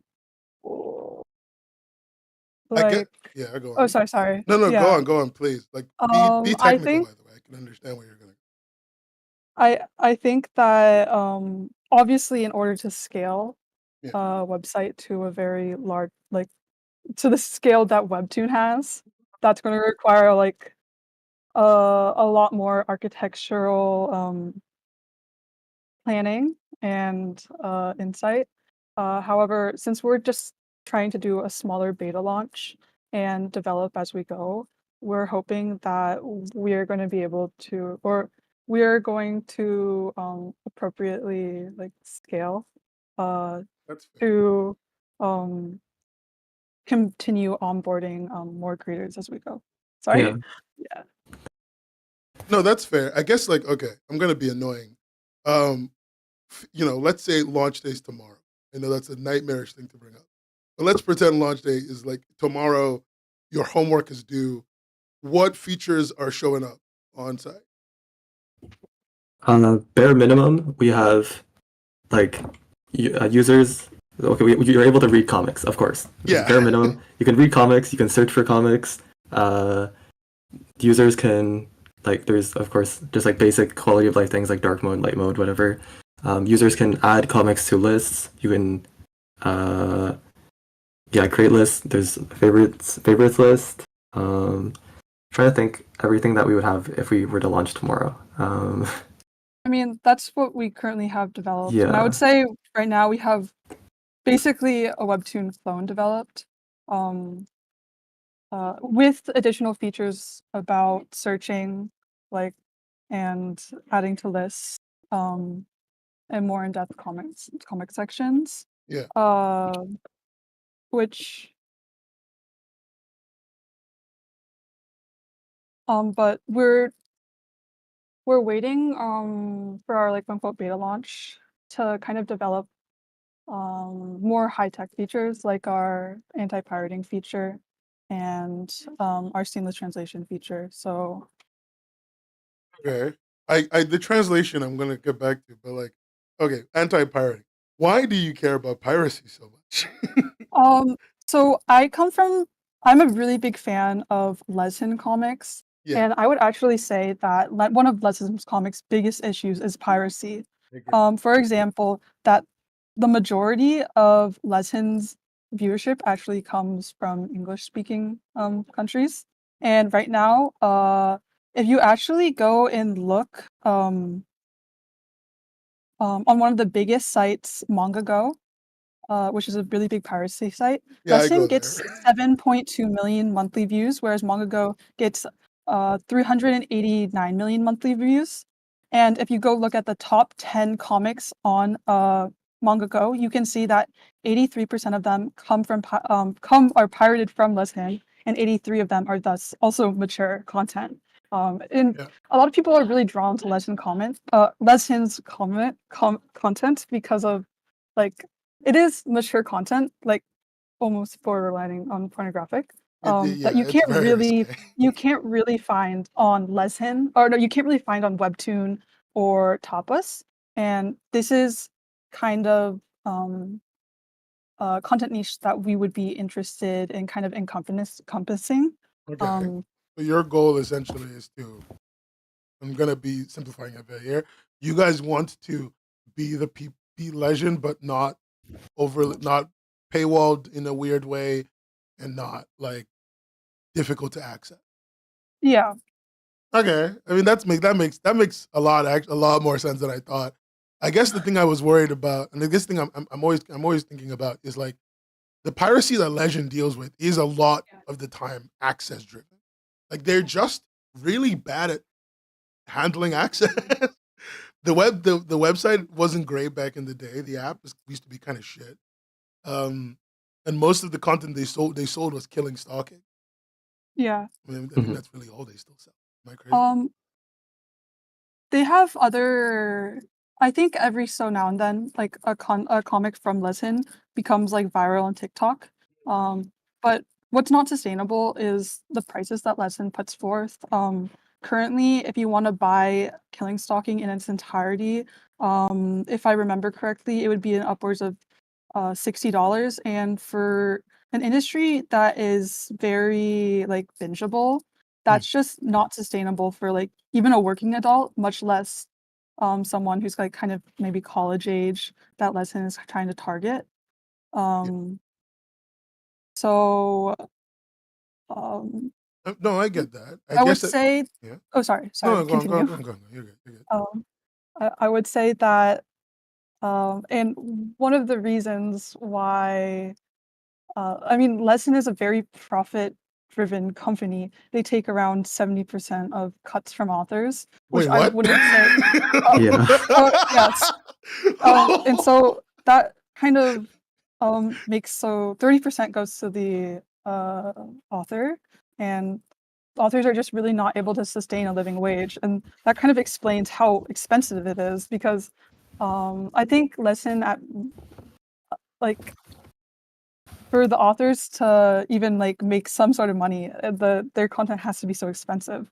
Whereas we could these prices could hypothetically go down, and this content could be a lot more accessible, and actually match the demand that is being pirated for it. If uh, less of the money actually went to profit for the company, and instead went to the artists. I mean, if the goal is to essentially be better at legend, I think that's very achievable. I think when people see new webcomic platform that wants to be and your opening line is I want to be better and you label like six companies, people are expecting a very big very different thing than better Mm. legend. Because better Mhm. legend, I understand. Like I think legend is shit. So anything is better than legend. I'm happy for anyone to be better at legend. You know, if you want to deal with the Saudi government blocking your website and also help creators, frankly, go for it. I would be the last person stopping you. But like when you say you want to be better than X or you're making a platform that's better than XYZ, it comes with a lot of expectation because creators are always in a mood for a replacement. And right now, Mhm. I think they've been burned like six times directly by big announcements leading to nothing happening. Yeah. And Like we've definitely been following, I think, Voice Me, which is it kind of encompasses like everything we don't want to become. Yeah. I think. No, you're good. Um, That makes sense. yeah, and we're definitely hoping like to gain kind of artists' trust.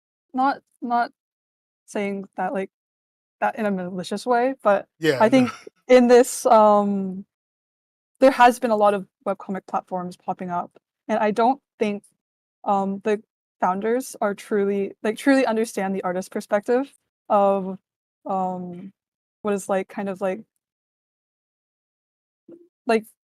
I think the like if you listen to the CEO of Voice Me, um I listened to I him think many he times. tries to empathize with artists, or tries to gain their trust and sympathy, or not sympathy. Sorry, I'm a little scattered, but he uses that while also viewing them as simply, this is how we're going to make a profit for our site. This is how I can pay the least amount of money to artists, and how to kind of like exploit the content as much as possible for as much monetary gain. That Um, makes sense. I mean, look, I will say this. I have an interview with him. You probably listened to it. I don't know. yes. Yeah, I don't like him. As you already know, this is not a secret. He knows. Everyone at his company knows. Okay, I've been blacklisted. So I'm not the one who's gonna tell you that you should should be like him. He's a cunt. But like I I guess one of my worries, and this is the thing that he's right about, is like at the end of the day, if your company makes no money, the creators have nothing to hold on to. Like when Mhm. you say that platforms don't understand the creator perspective, to some extent they don't, but creators to some extent are happy with a platform that's a little selfish if it gives enough life to itself to sustain them. They know the Yes. platform has to be selfish. So like who's doing your business model between the two of you? We're kind of just working on it together. Yes. Yeah. So currently um we're really interested in, or right now, I guess for business, we're really trying to drive as much we really hope on launch we are able to onboard more new creators. I agree what you're saying about businesses do have to be selfish, or like that's the Mhm. whole purpose of a business model. So Yeah, then you can invest more into the business and thus the creators in the business. yeah. Um, Yeah. but currently, I think in the state of Silicon Valley, um, and just like investments and funding in general, it's quite hard to get investments, especially as we're putting ourselves out there as a creator forward company. And so I guess our initial plan right now is to um, not necessarily to basically run ourselves dry a little bit so we can have we can go to investors and say, this our idea is actually successful and it can work at scale, and we need money to make it go and work at scale. um, but Okay. um, I see your direction. I hear you. I'm going to mention a few things that I've heard directly from investors, someone who worked in the industry in a position very similar to yours for a very short amount of time.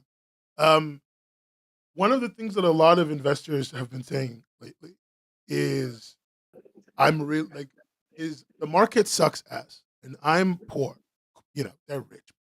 You know what I mean? I'm poor. I don't want to give away too much money. What is going to make me how are you going to guarantee some kind of return for me? Right? Comics isn't returning a lot of money. The big boy in the industry isn't returning money. In fact, they lost $135 million.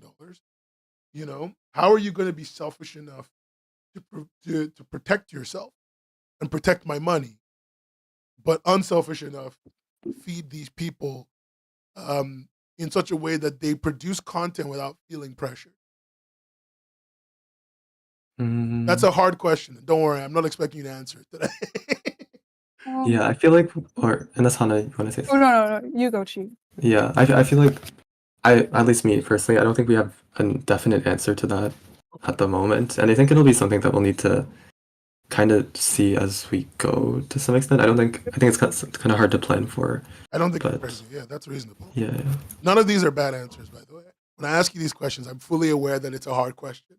So like, don't think I'm doing it to be like, ha, gotcha. There's some questions in chat. Somebody was like, what is your plan to prevent piracy? How do you Oh. like want to do it? Yes, actually I can talk about this. So actually Webtoon has this feature. However, I think it's only accessible. Well, obviously they're only going to protect What they pay for? the creators, what they're paying for. So this is not accessible for self-publishing creators. But what we want to do is, or what we're currently doing is that we're going to basically encode an invisible watermark that encodes the users who is reading its ID. And so Oh, this is upon stenography or whatever it's called. yes. So we'll do so there's different algorithms.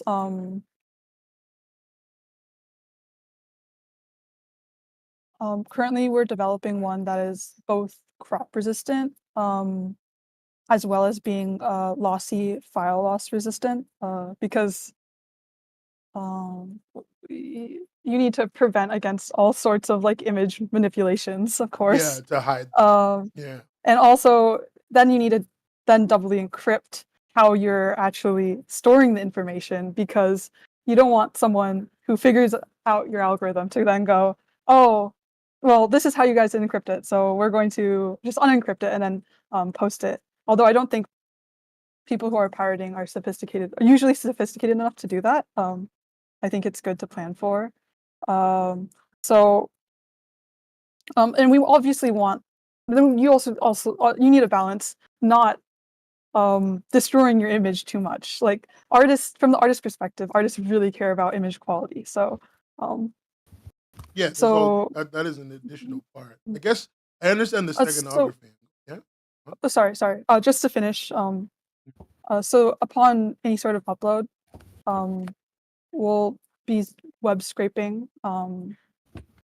the internet for any like illegal uploads of any of the stuff from our site. And we'll choose to block the payment information of anyone who illegally uploads. So obviously this is not going to prevent piracy like from ever happening. But I think the number one thing for piracy from the people who are uploading it is that if it's inconvenient for one person to, because I feel like piracy is like kind of, especially on sites like MangaGo, it's like something like people feel like they're taking it for the team. They're like, oh, I'm going to go buy this comic for this anonymous group of viewers, and then they're going to like be like, oh yay, thank you so much. But if you make it that as inconvenient as possible, and so because obviously there's only going to be a set pool of people who are willing to take, like, quote unquote, take it for the team. Yeah. So if you make it as there's so much resistance, then I think you can really slow down illegal uploads of people's comics onto sites, and I think that's one of like Leshin's biggest problems. Just that makes sense. I guess the thing I'm going to follow up with is like, but like, isn't piracy in part? And this is I'm old. Maybe this is just a personal opinion. Isn't piracy in part a marketing tactic? I would say piracy as in reading comics. Like, I think a lot of people look at snippets of comics like on TikTok, and this is kind of how we're seeing like new piracy kind of develop. Like, it used to just be these like comic sites, like Go Manga, like Manga Dex. Yeah. I think MangaGo is like a very That's a huge manhwa web. I feel like it's very uniquely manhwa webcomic focused. Yeah. As opposed to other sites that might have web comics on them. I think we're actually starting to see, not really with manga, but with a lot of webtoons, we're seeing them uploaded on sites like TikTok, on like Instagram Reels, and this is how I see a lot of promotion like kind of happening. Yeah. I don't think like voice means creator or like voice means direction and trying to harness that is the wrong direction. However, I don't think they're kind of implementing it enough with actual like user trends. Like uh but I think obviously like just posting like one shots, like short snippets of the webtoon, I don't think that counts as full piracy. Yeah. Although we'll leave it up to the creators to have full authority over what gets Mhm. taken down. Oh, sorry. No, I understand. I was just thinking about it, and I guess I was like, it just makes me think that like there is by leaving it up to the creators, I think that creates. No, you know what? There's a better way. The technical aspect of piracy prevention makes sense, and I Yeah. understand why you think they're important on a genuine level, and where you think the application is going to be useful. But Magic Fire has really brought up a point that is pretty much my point, but way more condensed, which is like the social aspect. Essentially, everything on the internet can be pirated. Even if you say you're going to be scraping, then I can just make an unlisted website that people need to know the URL for to have to and host it on there. Right? This is what anime was doing back in the day when people were actually looking for people pirating anime. Um, people typically pirate on a social level for accessibility. It's expensive. It's expensive in a different region. Like, are you guys planning to implement something like regional pricing? Are you guys planning to implement um, language translation? I know you guys mentioned language translation already. Like, how deep is that going to go? You know, um, how would you do that without like it hitting you in the face in terms of cost? And again, this is a hard question. This is a long term. We need to look up the value and how to do this question. But yeah, I think that's the stuff that Yeah. people are thinking about. Yeah. I agree. These are definitely kind of long-term questions that we definitely need to think about. Currently, we're definitely focused on the North American audience. And I think we kind of want to first kind of establish our niche within the North American audience and then focus on expansion. I would like to say, just commenting on the social thing, the social part of piracy. I don't think I agree that piracy often it is a social mechanism to promote comics, as there's a lot less barrier to entry. However, I also don't think that it is.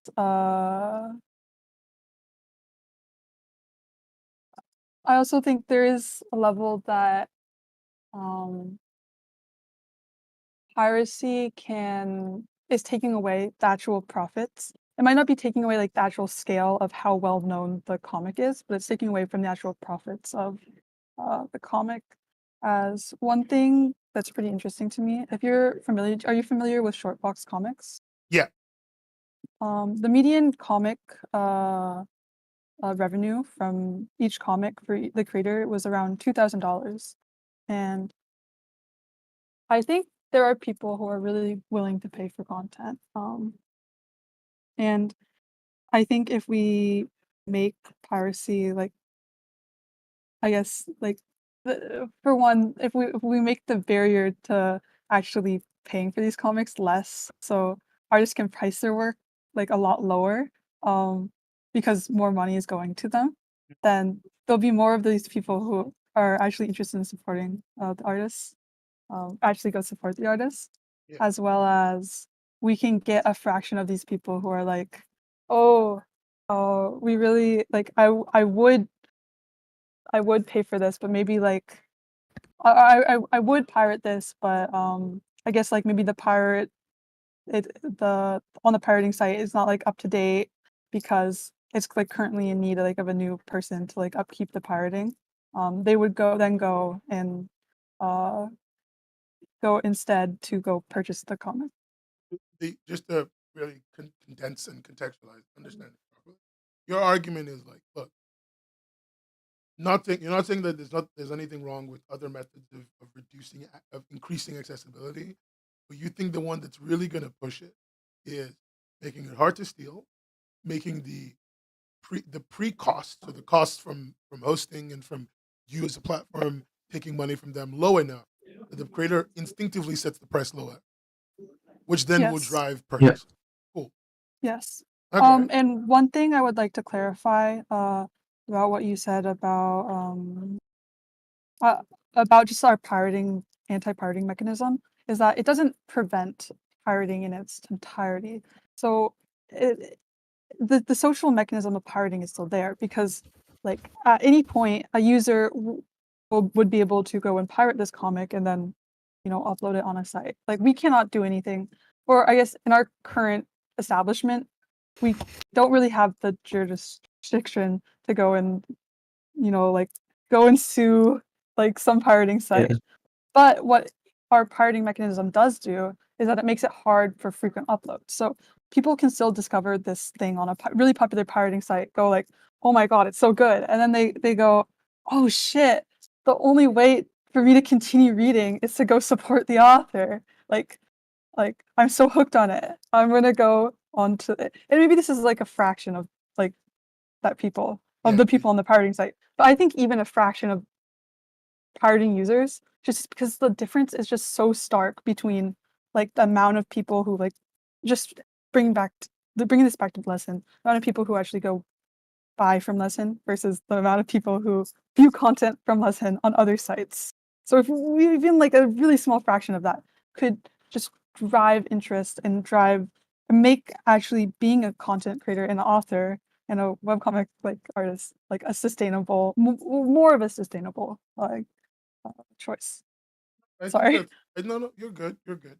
None of the things you said are bad. I'm being very, and don't worry, everyone here is very patient. You just want to know it. I think the thing that some people are thinking is, they pay. Someone even said, Oyster said he'd pay for a decent Webtoon alternative that allows him to brand, monetize, etc. So why make a whole site and why not sell a service, kind of like Patreon, but for comics? I feel like Patreon already occupies like a huge, like they have like kind of a monopoly over like that sort of thing. I don't think I think we just think it would be very difficult to sort of compete with Patreon in that regard. And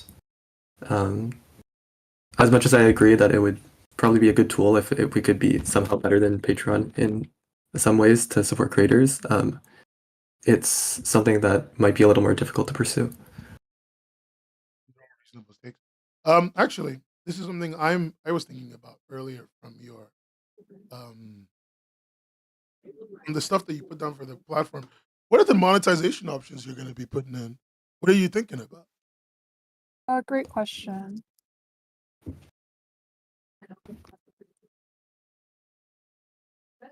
Yeah. So, Oh, Chi, do you want to go? or do you have it pulled up? I guess. If you Wait. want Yeah. Okay. to. So by our beta launch, we're just going to have the option for donations. And we don't really want just kind of to preface this. Personally, something as a comic reader, I really do not like the coin ecosystem. Like I Yeah, understand it's supposed to keep you there and keep readers there for longer. But to me, it actually drives me away from these sites. I agree. I understand your point. But so first we're gonna I'll preface this by the stuff we want on beta launch and then the kind of stuff we are thinking about in the future. So on beta launch, we're thinking we have donations. So at any point you can donate any money to the author. And then creators can set up creators can customize any sort of each chapter they can customize a price they want to set for it.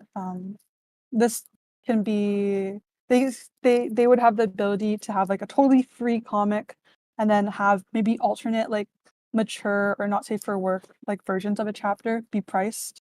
They would also be able to totally like paywall their comic. Like each chapter would be maybe like, I don't know, 5 cents. And then or they could have the first 3 chapters free maybe. It's totally up to them. We would of course, while they're in the process of uploading their comic on their site, we can guide them to kind of make sure that these options are like it's not something that feels like alien on how to set up. But and then one thing we would also like to implement or are implementing is you can create discounts. Like authors can go and create discounts. For example, like bundling, like if you buy a set amount of chapters, you'll get a discount, and they're in control of these discounts. These are all just straight cash, right? Like I'm putting my Yeah. my card number in, and I'm paying it like that. You would need to top up an account, because otherwise we would have a lot of microtransactions of really small amounts. However, we kind of want to avoid this kind of being like a coin system, so this would just translate to straight cash that you would put in, and it would be like $3 minimum. Okay, so Which this is like I don't think pay it's in. 200. Yeah, this is like a what you call it when you buy a Dave and Buster's card. Yeah, kind of like that. Yeah. So some ideas that we're interested in pursuing further. Of course, ad revenue. But that's it's first you need users on your site, That's a and then Yeah. it's really hard to make it consistent how much you need users on your site, and then you need companies to be like, wow, I want to pay to advertise on this site. Like there's like you don't want your advertisements to just be like porn and stuff. So that's definitely something that's kind of more for the future. And another thing that's for the future would be a subscription. So we're interested in pursuing like having like original content on our site, and so original content could be bundled up in a subscription similar to like how Manta is. And I would also think it would be interesting to pursue like self self-published content can apply to be part of the subscription. It would be like an opt-in, and it would be like a revenue share of the subscription. Okay. Yeah. All right. Other things that we're interested in pursuing would be to have a built-in like site, like to offer kind of like a built-in like site to offer like merch of any comic. Like if you maybe have like a shirt that you made for the comic and you want to sell it, it wouldn't be like a user wouldn't have the resistance of having to click on some other place and click on some other place to go find it. Likewise, we're really interested in pursuing the option of printing comics. So kind of like how Amazon has their self-publishing feature. I think that would be a really wonderful like monetization option, because a lot of people, they don't really want to pay for online digital goods. Like, but suddenly they're willing to pay for like an actual physical thing. Like, so No, I yeah. understand. I mean, like you guys. I'm assuming you guys already. The reason they have a lot of the platforms have the coin model is because isn't just because of the way Obfuscate's pricing is, because they want to. A lot of them do gambling in their other regions with the coin. Yeah. So like I think a lot of, but it one of the things that from what I understand is that behavior in other regions when they make them buy the coins and they make them do the like loot drops and all that other shit is it incentivizes user stickiness, and you guys don't want to engage in that. how are you going to have users? Like, do you guys have So some long plan for that? I would actually, I guess my argument is, I would agree that it encourages user stickiness. However, I think it actually drives away, um, I would say in general, like we can think of the people who have like money as like working adults, like I think there's a large portion of working adults who are webcomic fans, but I think a lot of people are actually driven away by kind of the image that a lot of these online comic platforms create of like kind of being almost like a video game in a sense. Like it feels very childish and not saying it is childish, but like it feels very childish in a way, um like kind of because of all like the like all the like almost mini games like not to reference Voice Me again, but they have like they're like gamifying their whole like app. So Oh yeah. it's like it's feeding more into this like very small niche of um kind of like cultivating this idea that webtoons are like maybe for like middle schoolers. Not saying that they are, but I would say like uh while maybe like manga is enjoyed by like a really wide variety of people. I wouldn't say that web comics enjoy the same breadth, even though uh, there's the possibility for uh, that to exist. No, I understand. I guess what I'm trying to something to kind of like that's adjacent to that. Short box comics. I think one of its success is that it's finding uh, the people who are paying for them are going to be working adults. They're interested in more like kind of mature content. But when you when you buy a short box comic, you know you're getting something of you're getting like quality, a certain quality. Yeah. That that when you think of webtoons, it's not when you think of like Webtoon the site, it's not like you're thinking of like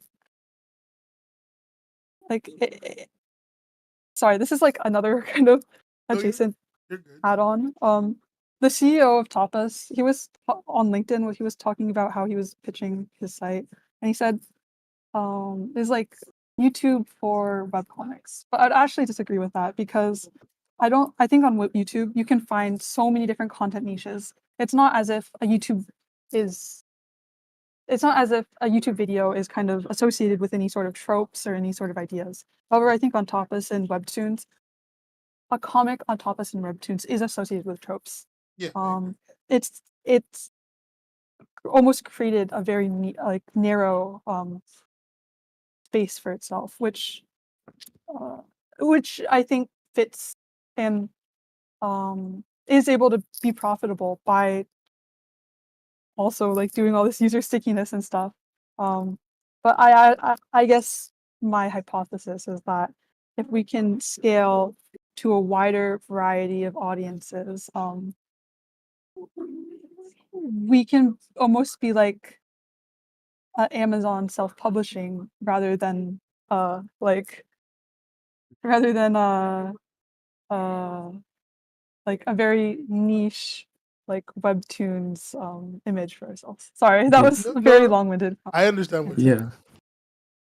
Yeah. Yeah, I think Hana did a really good job articulating like sort of our hypothesis for this. I think Shortbox is like a really big inspiration for us, and like Mm. I guess just something like you said earlier, like that we're kind of like trying to be like a better lesson or whatever. I think um that like isn't exactly the case because of how much our inspiration comes from Shortbox comics. We love like what they're doing, and um I think our platform would like sort of be a space where these Shortbox creators could post their comics in like it would offer more longevity to the comics that are generally like on Shortbox, which are just like once a year during the comic fair. So I guess Pearl would be more so a platform where just for creators to just put their content like I guess like Hana said, like an Amazon or something, rather than the brand Pearl. Like yeah, I don't know if I'm being very clear, but No, I Yeah. understand what you're saying yeah. because I think at the end of the day, you're right. Tapas isn't YouTube. It never was. and it's because Chan Kim is a fucking snake. But that's the CEO of Tapas for anyone in chat who doesn't know. But no, it's like I understand where your inspiration comes from. I understand where your motivation is. You want to put yourselves in a position where you guys are a platform where a certain amount of quality is expected. It appeals to a certain kind of mature, trusted audience who you're not trying to gamify into paying money, but you're trying to convince with value product to part with their cat. Am I understanding this right? Yes. Yes. Cool. It's interesting to me because as much as I don't like the gamifying thing, I just know it makes more money. I'm usually hearing students talk about that aspect because of your focus so is a little bit more grounded. I guess you're obviously not expecting like crazy revenue as well. Yeah. No. You're taking a slight inclined targeted growth. Like you're gonna grow. You just don't. You're gonna grow slowly. You're not expecting to hire 100 new staff members in a year. No, Correct, and I yeah. don't think this project needs crazy staff advisors. Like I think the staff, any sort of like advisors like hired from like Crunchyroll, Netflix, I don't know if they would really actually understand this space like as much as just two like teenagers who really like reading webtoons understand the space. You know what's funny is I think 2 years ago I would have laughed at that, but that makes so much sense. If I'm being very honest with you, that does make sense. No, I see you. I get where you guys are at. I get where you guys' motivations are. I guess my biggest concern now is just like, so I said this earlier. One of the biggest things that really affects a platform is the starting lineup. Um, I'm assuming you got people who've agreed to work with you. Yes. I guess the question I'm going to ask is, you know, who the fuck are they? Like, you don't have to tell me who they are specifically, but like, are they people of repute? Are they known in the community, or are they just anybody? So we can say that for the beta launch, we're still looking for creators. Currently, we have a rather small lineup for creators for the beta launch, but I guess we can talk more about the zine that we're trying to have for the full launch in August. I won't like name any names of who we have because we'll be doing like announcement posts for that leading up to it. But I can say that they are artists who have I guess there's 25 artists. Each of them have followings between 20 to 200,000. Some of them are not like I would say the majority are not established as webcomic artists, but rather just like illustrators, but who are interested in exploring creating their own comics. Hana, did you want to add on to that? Yeah, actually, I would say it's right now it's from like maybe a few thousand followers to maybe like 500,000 followers. Yeah. So we both kind of come from like I guess we have our art accounts kind of on our posts, but we kind of come from like this Instagram art space that maybe is adjacent to like the webtoon artist space, but it's not exactly there. I would say it's more close to like short box comic creators.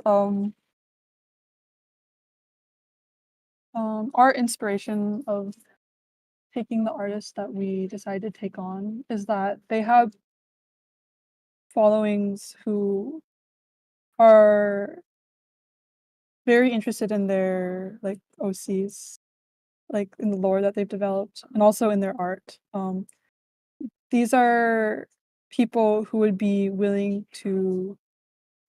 These are artists who have history of maybe like selling art, like selling merch. Although they don't have like a direct webtoon, or some of them don't have a direct webtoon history. I I believe that their audiences would be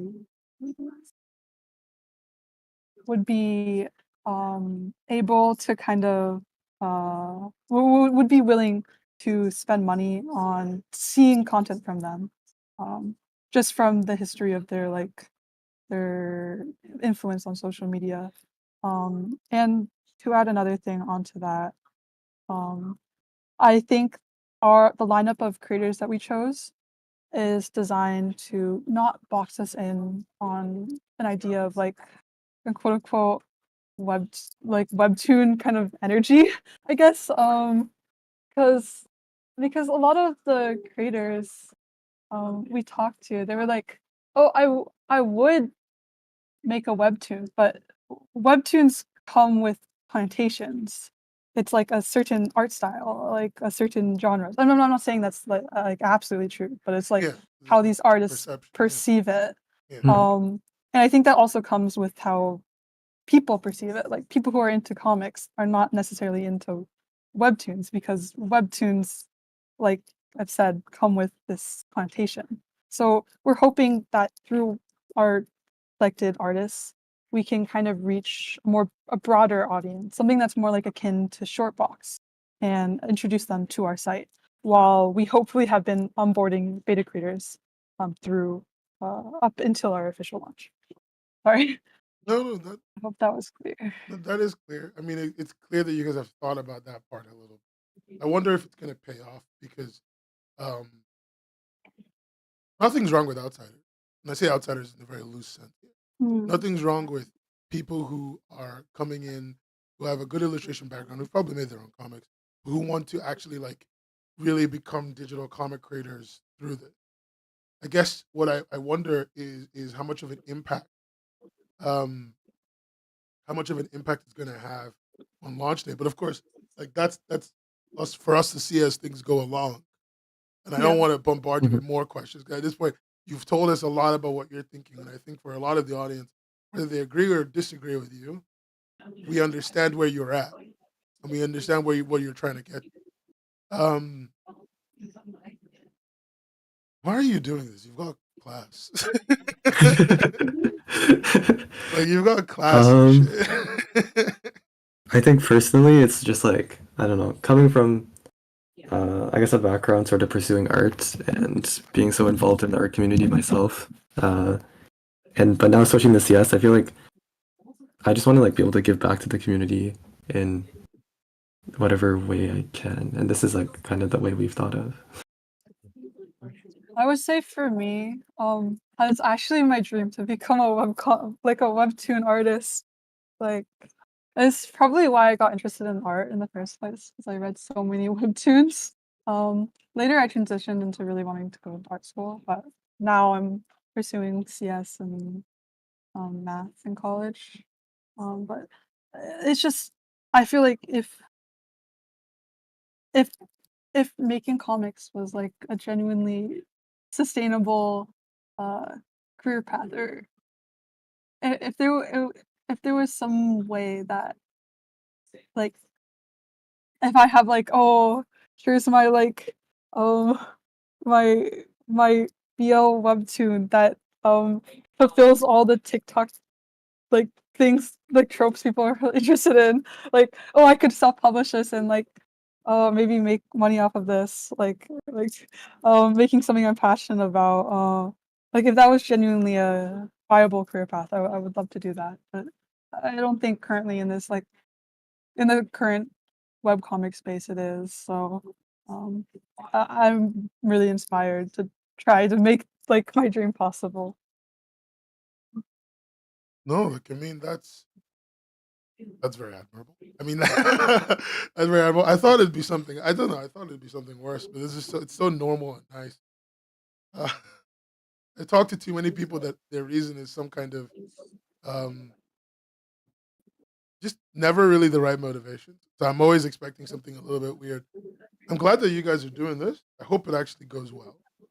Um, I wish you a ton of success, and I can't wait to see the demo when you guys are ready to. You guys show it. I'll be happy to show it on stream.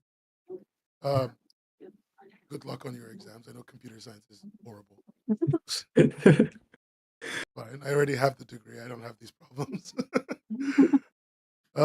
Yeah, thank you guys for talking to me. I know it was very short notice. If you want to Thank you for revise having anything, us. let me know. If you want to revise or reword anything, you can just tell me and I'll reset it. Yeah, It's cool. For so sure. yeah. That was I'm sure my answers should be like should have been more concise, but yeah. It's okay. It's always fine. I'm always very happy to you guys are in a very early stage, and I think for all of us, we're just very happy to learn about something new and know that it's not a scam. That's always nice. Yeah. Yeah. Yeah. We Well, I didn't realize how much like webcomic artists are reached out to for like potential scams and stuff like that. You would be yeah. surprised. I've read hundreds of the DM you sent. I've read hundreds of that exact DM over the course of the Oh last my 2 years. gosh. And Oh like the no. only difference is that you actually gave a pitch deck, unlike other people who Yeah. sometimes give like a link to a website and that's it. So good job. Oh, okay. Pitch deck is good. Okay. It's a lot better. But like, there's nothing wrong. People have to reach out somehow. Reach outs are all going to sound very similar. Feel bad, Mhm. feel guilty. I think everyone just wants an opportunity. Everyone just wants to feel more comfortable with the fact that what they're getting into isn't some faceless company trying to harvest content so they can put it in a big. Because if you don't know this, they get it when companies reach out, they get all this content, they put it in a giant PowerPoint, and then they go to IP development companies like studios and movie studios, and they go, look, this is our IP list. Give us a Oh, deal. Wow. what? Oh, They make a giant PowerPoint.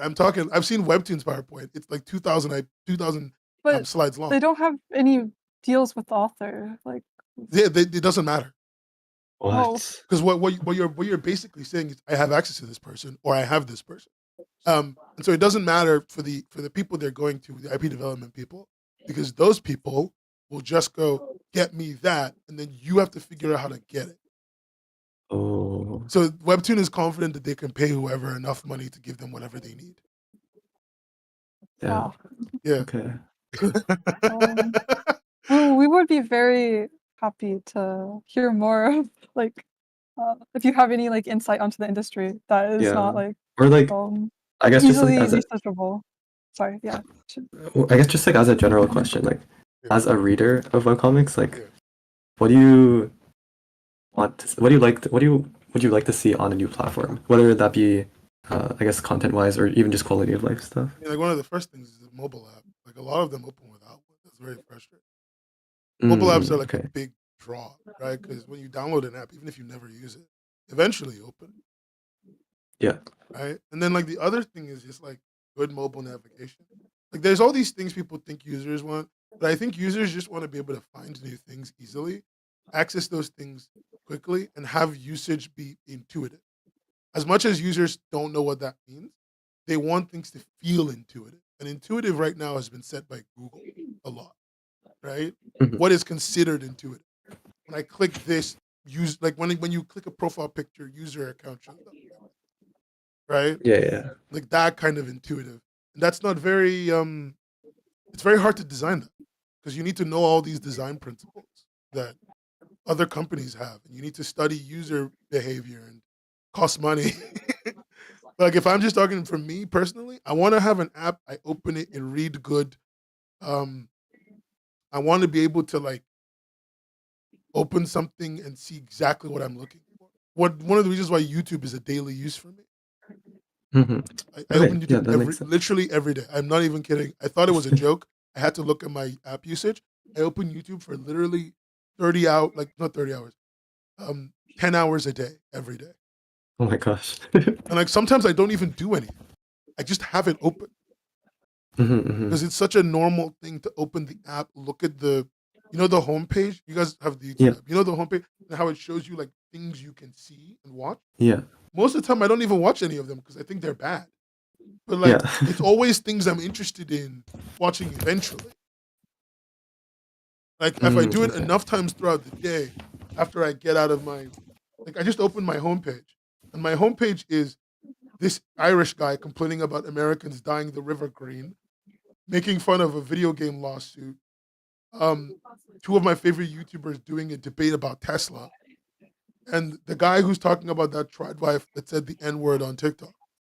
Oh, wow. Oh,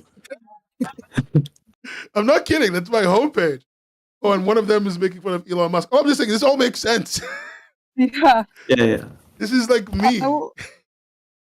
I would say like something like that strikes me about Webtoon that's like kind of odd is that the content recommendations are so unpersonalized. It's Yeah. like I feel like it's not like some sort of like clustering deep learning algorithm would be that hard to implement for Webtoon at their scale.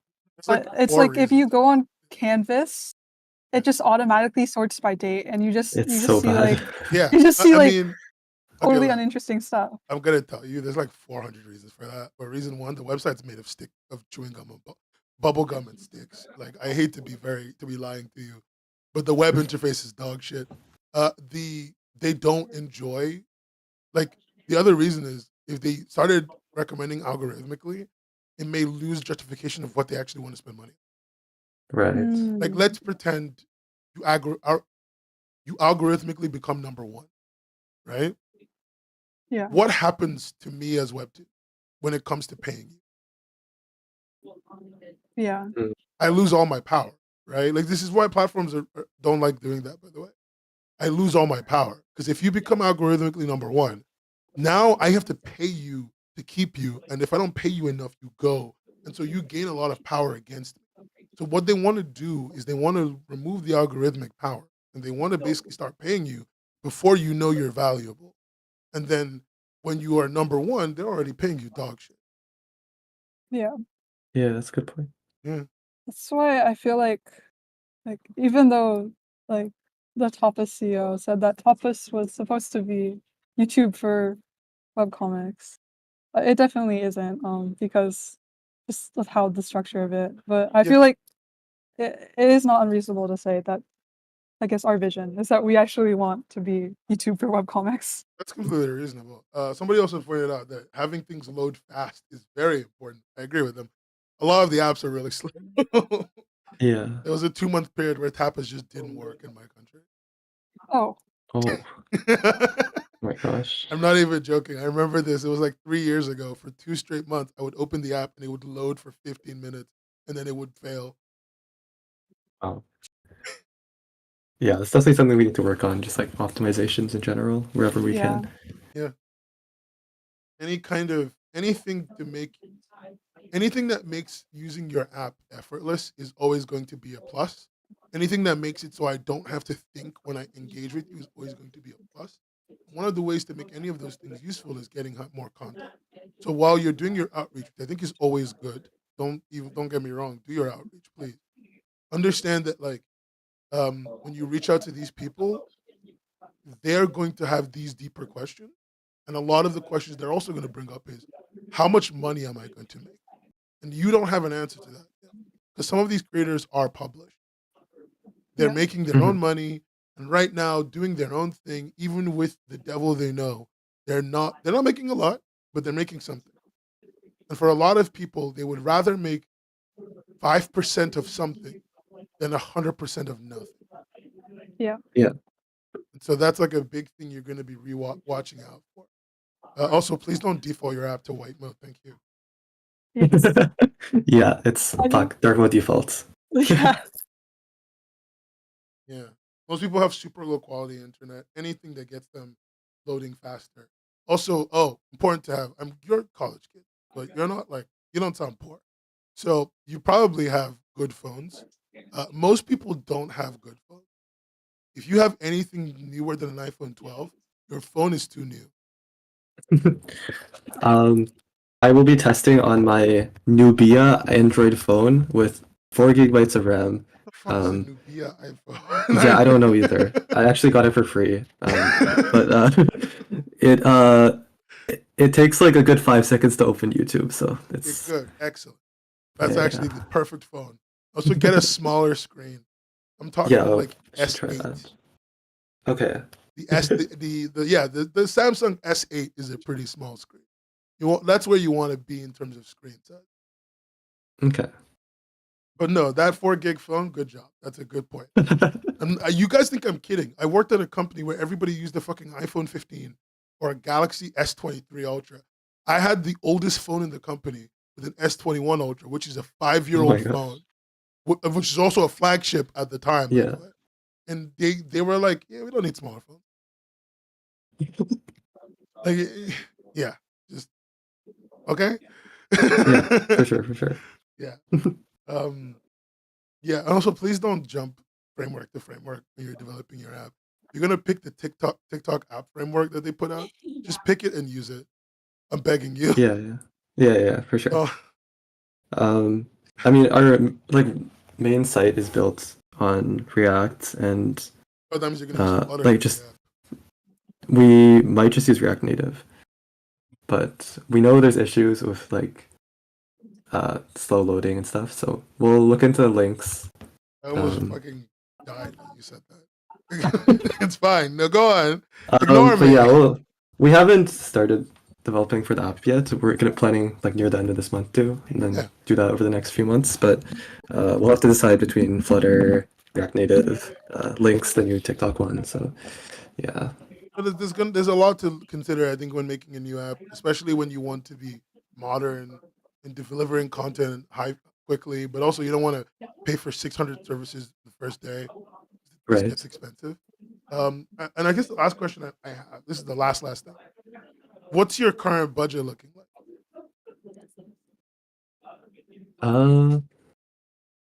It's okay to not give a number, by the way. Yeah, it's hard to say. We don't have an exact number. That's okay. So. That's super valid. But you think you have enough to last the year? You've done the pricing. You think you're going to be good? Well, yes. Okay. All right. I just don't want you to have a Vercel $97,000 moment. So, yeah. Yeah. If you're referencing what happened to Kara. I dream about that Vercel $97,000 every night. Yeah. Keeps me humble, you know. Mm-hmm. I feel like if I woke up to that, I think I would actually just delete the website. I would not have. She was so brave keeping it up. I would have just turned it all off.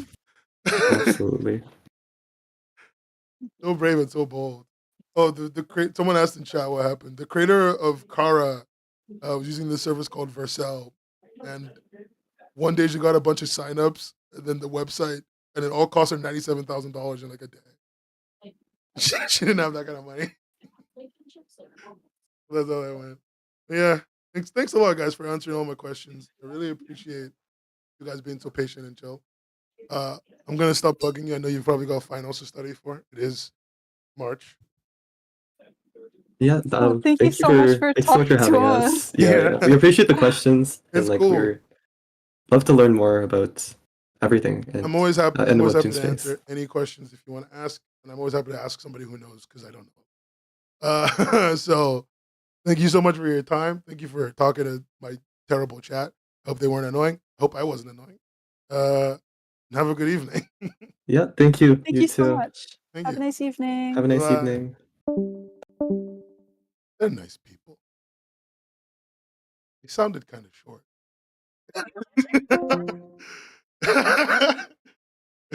I sound. Do I sound tall?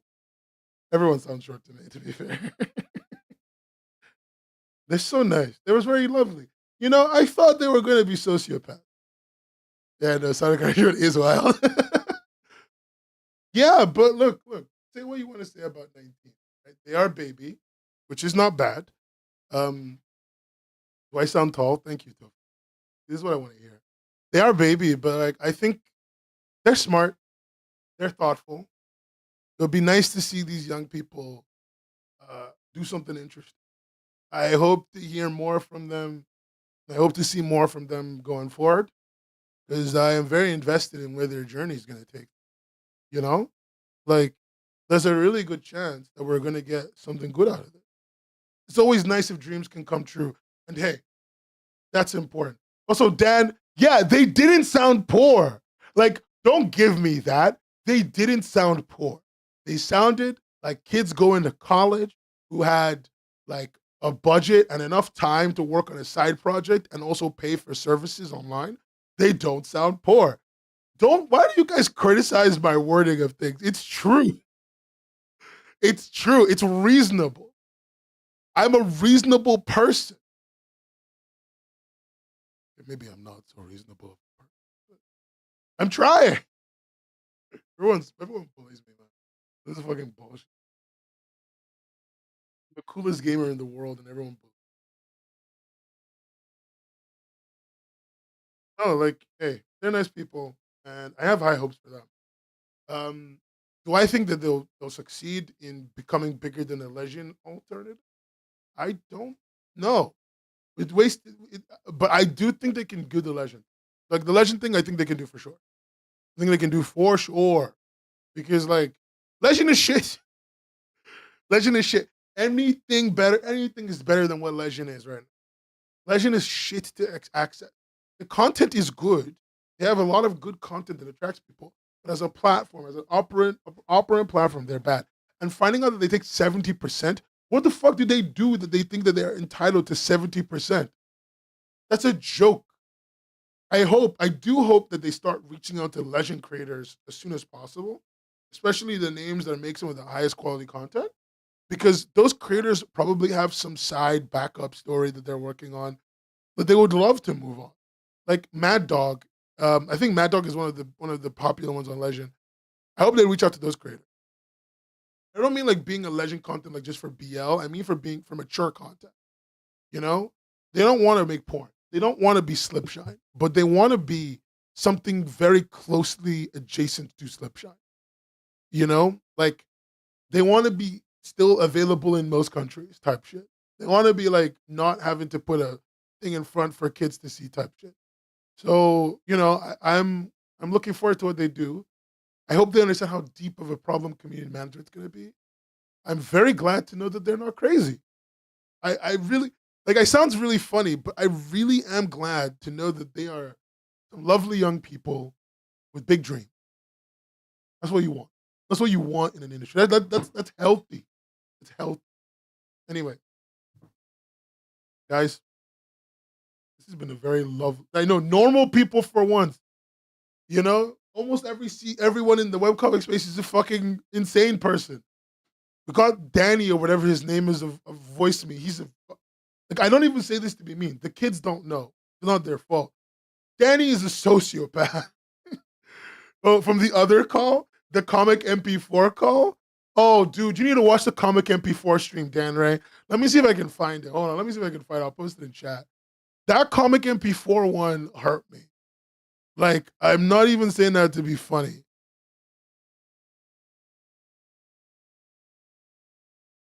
Like, it hurt me. Oh, there.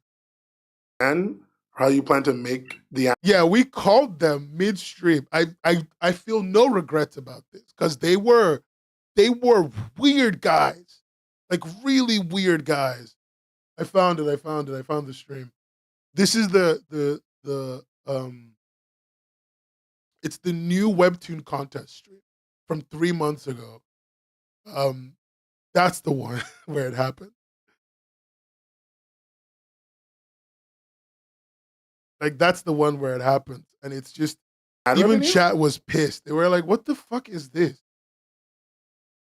Somebody wrote a straight up Faustian only bargain. on iOS.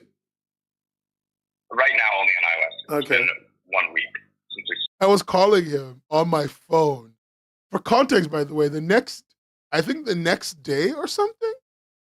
Oh no! I think during the stream, I ended up calling him on thingy. I had to spend my own phone credit on that call. It was painful. But anyway, no, these guys seem nice. These guys seem normal, and I hope they succeed. And I hope to see more indie projects like this succeed. I think in a year when the big corporations are going to be tearing themselves apart, us coming together and making an industry and a space that is safe for us is going to be very important. So I'm looking forward to it. I went to that .mp4 meeting. They were so fucking weird. And he was in like a library. He was in like the Harvard Library. Yeah, that was the one where I ran out of minutes and then he called me back, Dan. He called me back in midstream and he paid for the credit to call me. Honestly, good on him. International call, good for him. He has my phone number, I guess. He can find me. The things I do for this community. Give me money on Patreon. Do you see what I give you? Do you see what I give you as a community? Come give back, right? Give back. Yeah, he did call back. He did call back. Because basically when the credit ran out, he called me back so that I could keep talking to him. That's the only way we kept talking that stream. Otherwise, I was gonna have to call him. And I didn't want to pay for more credit. All those bonus videos, I'm gonna be honest, there's not as many bonus videos as I want, Requiem. I should make more bonus videos. I actually should. I should, you know what would be a good Patreon video? A good Patreon video would be watching the Webtoon, would just be a watch along live reaction to one of the Webtoon live action shows. Just put it on Patreon. That's Patreon content. And you can all listen to me be unhinged on a super cut of a 40-hour live stream down to like an hour long.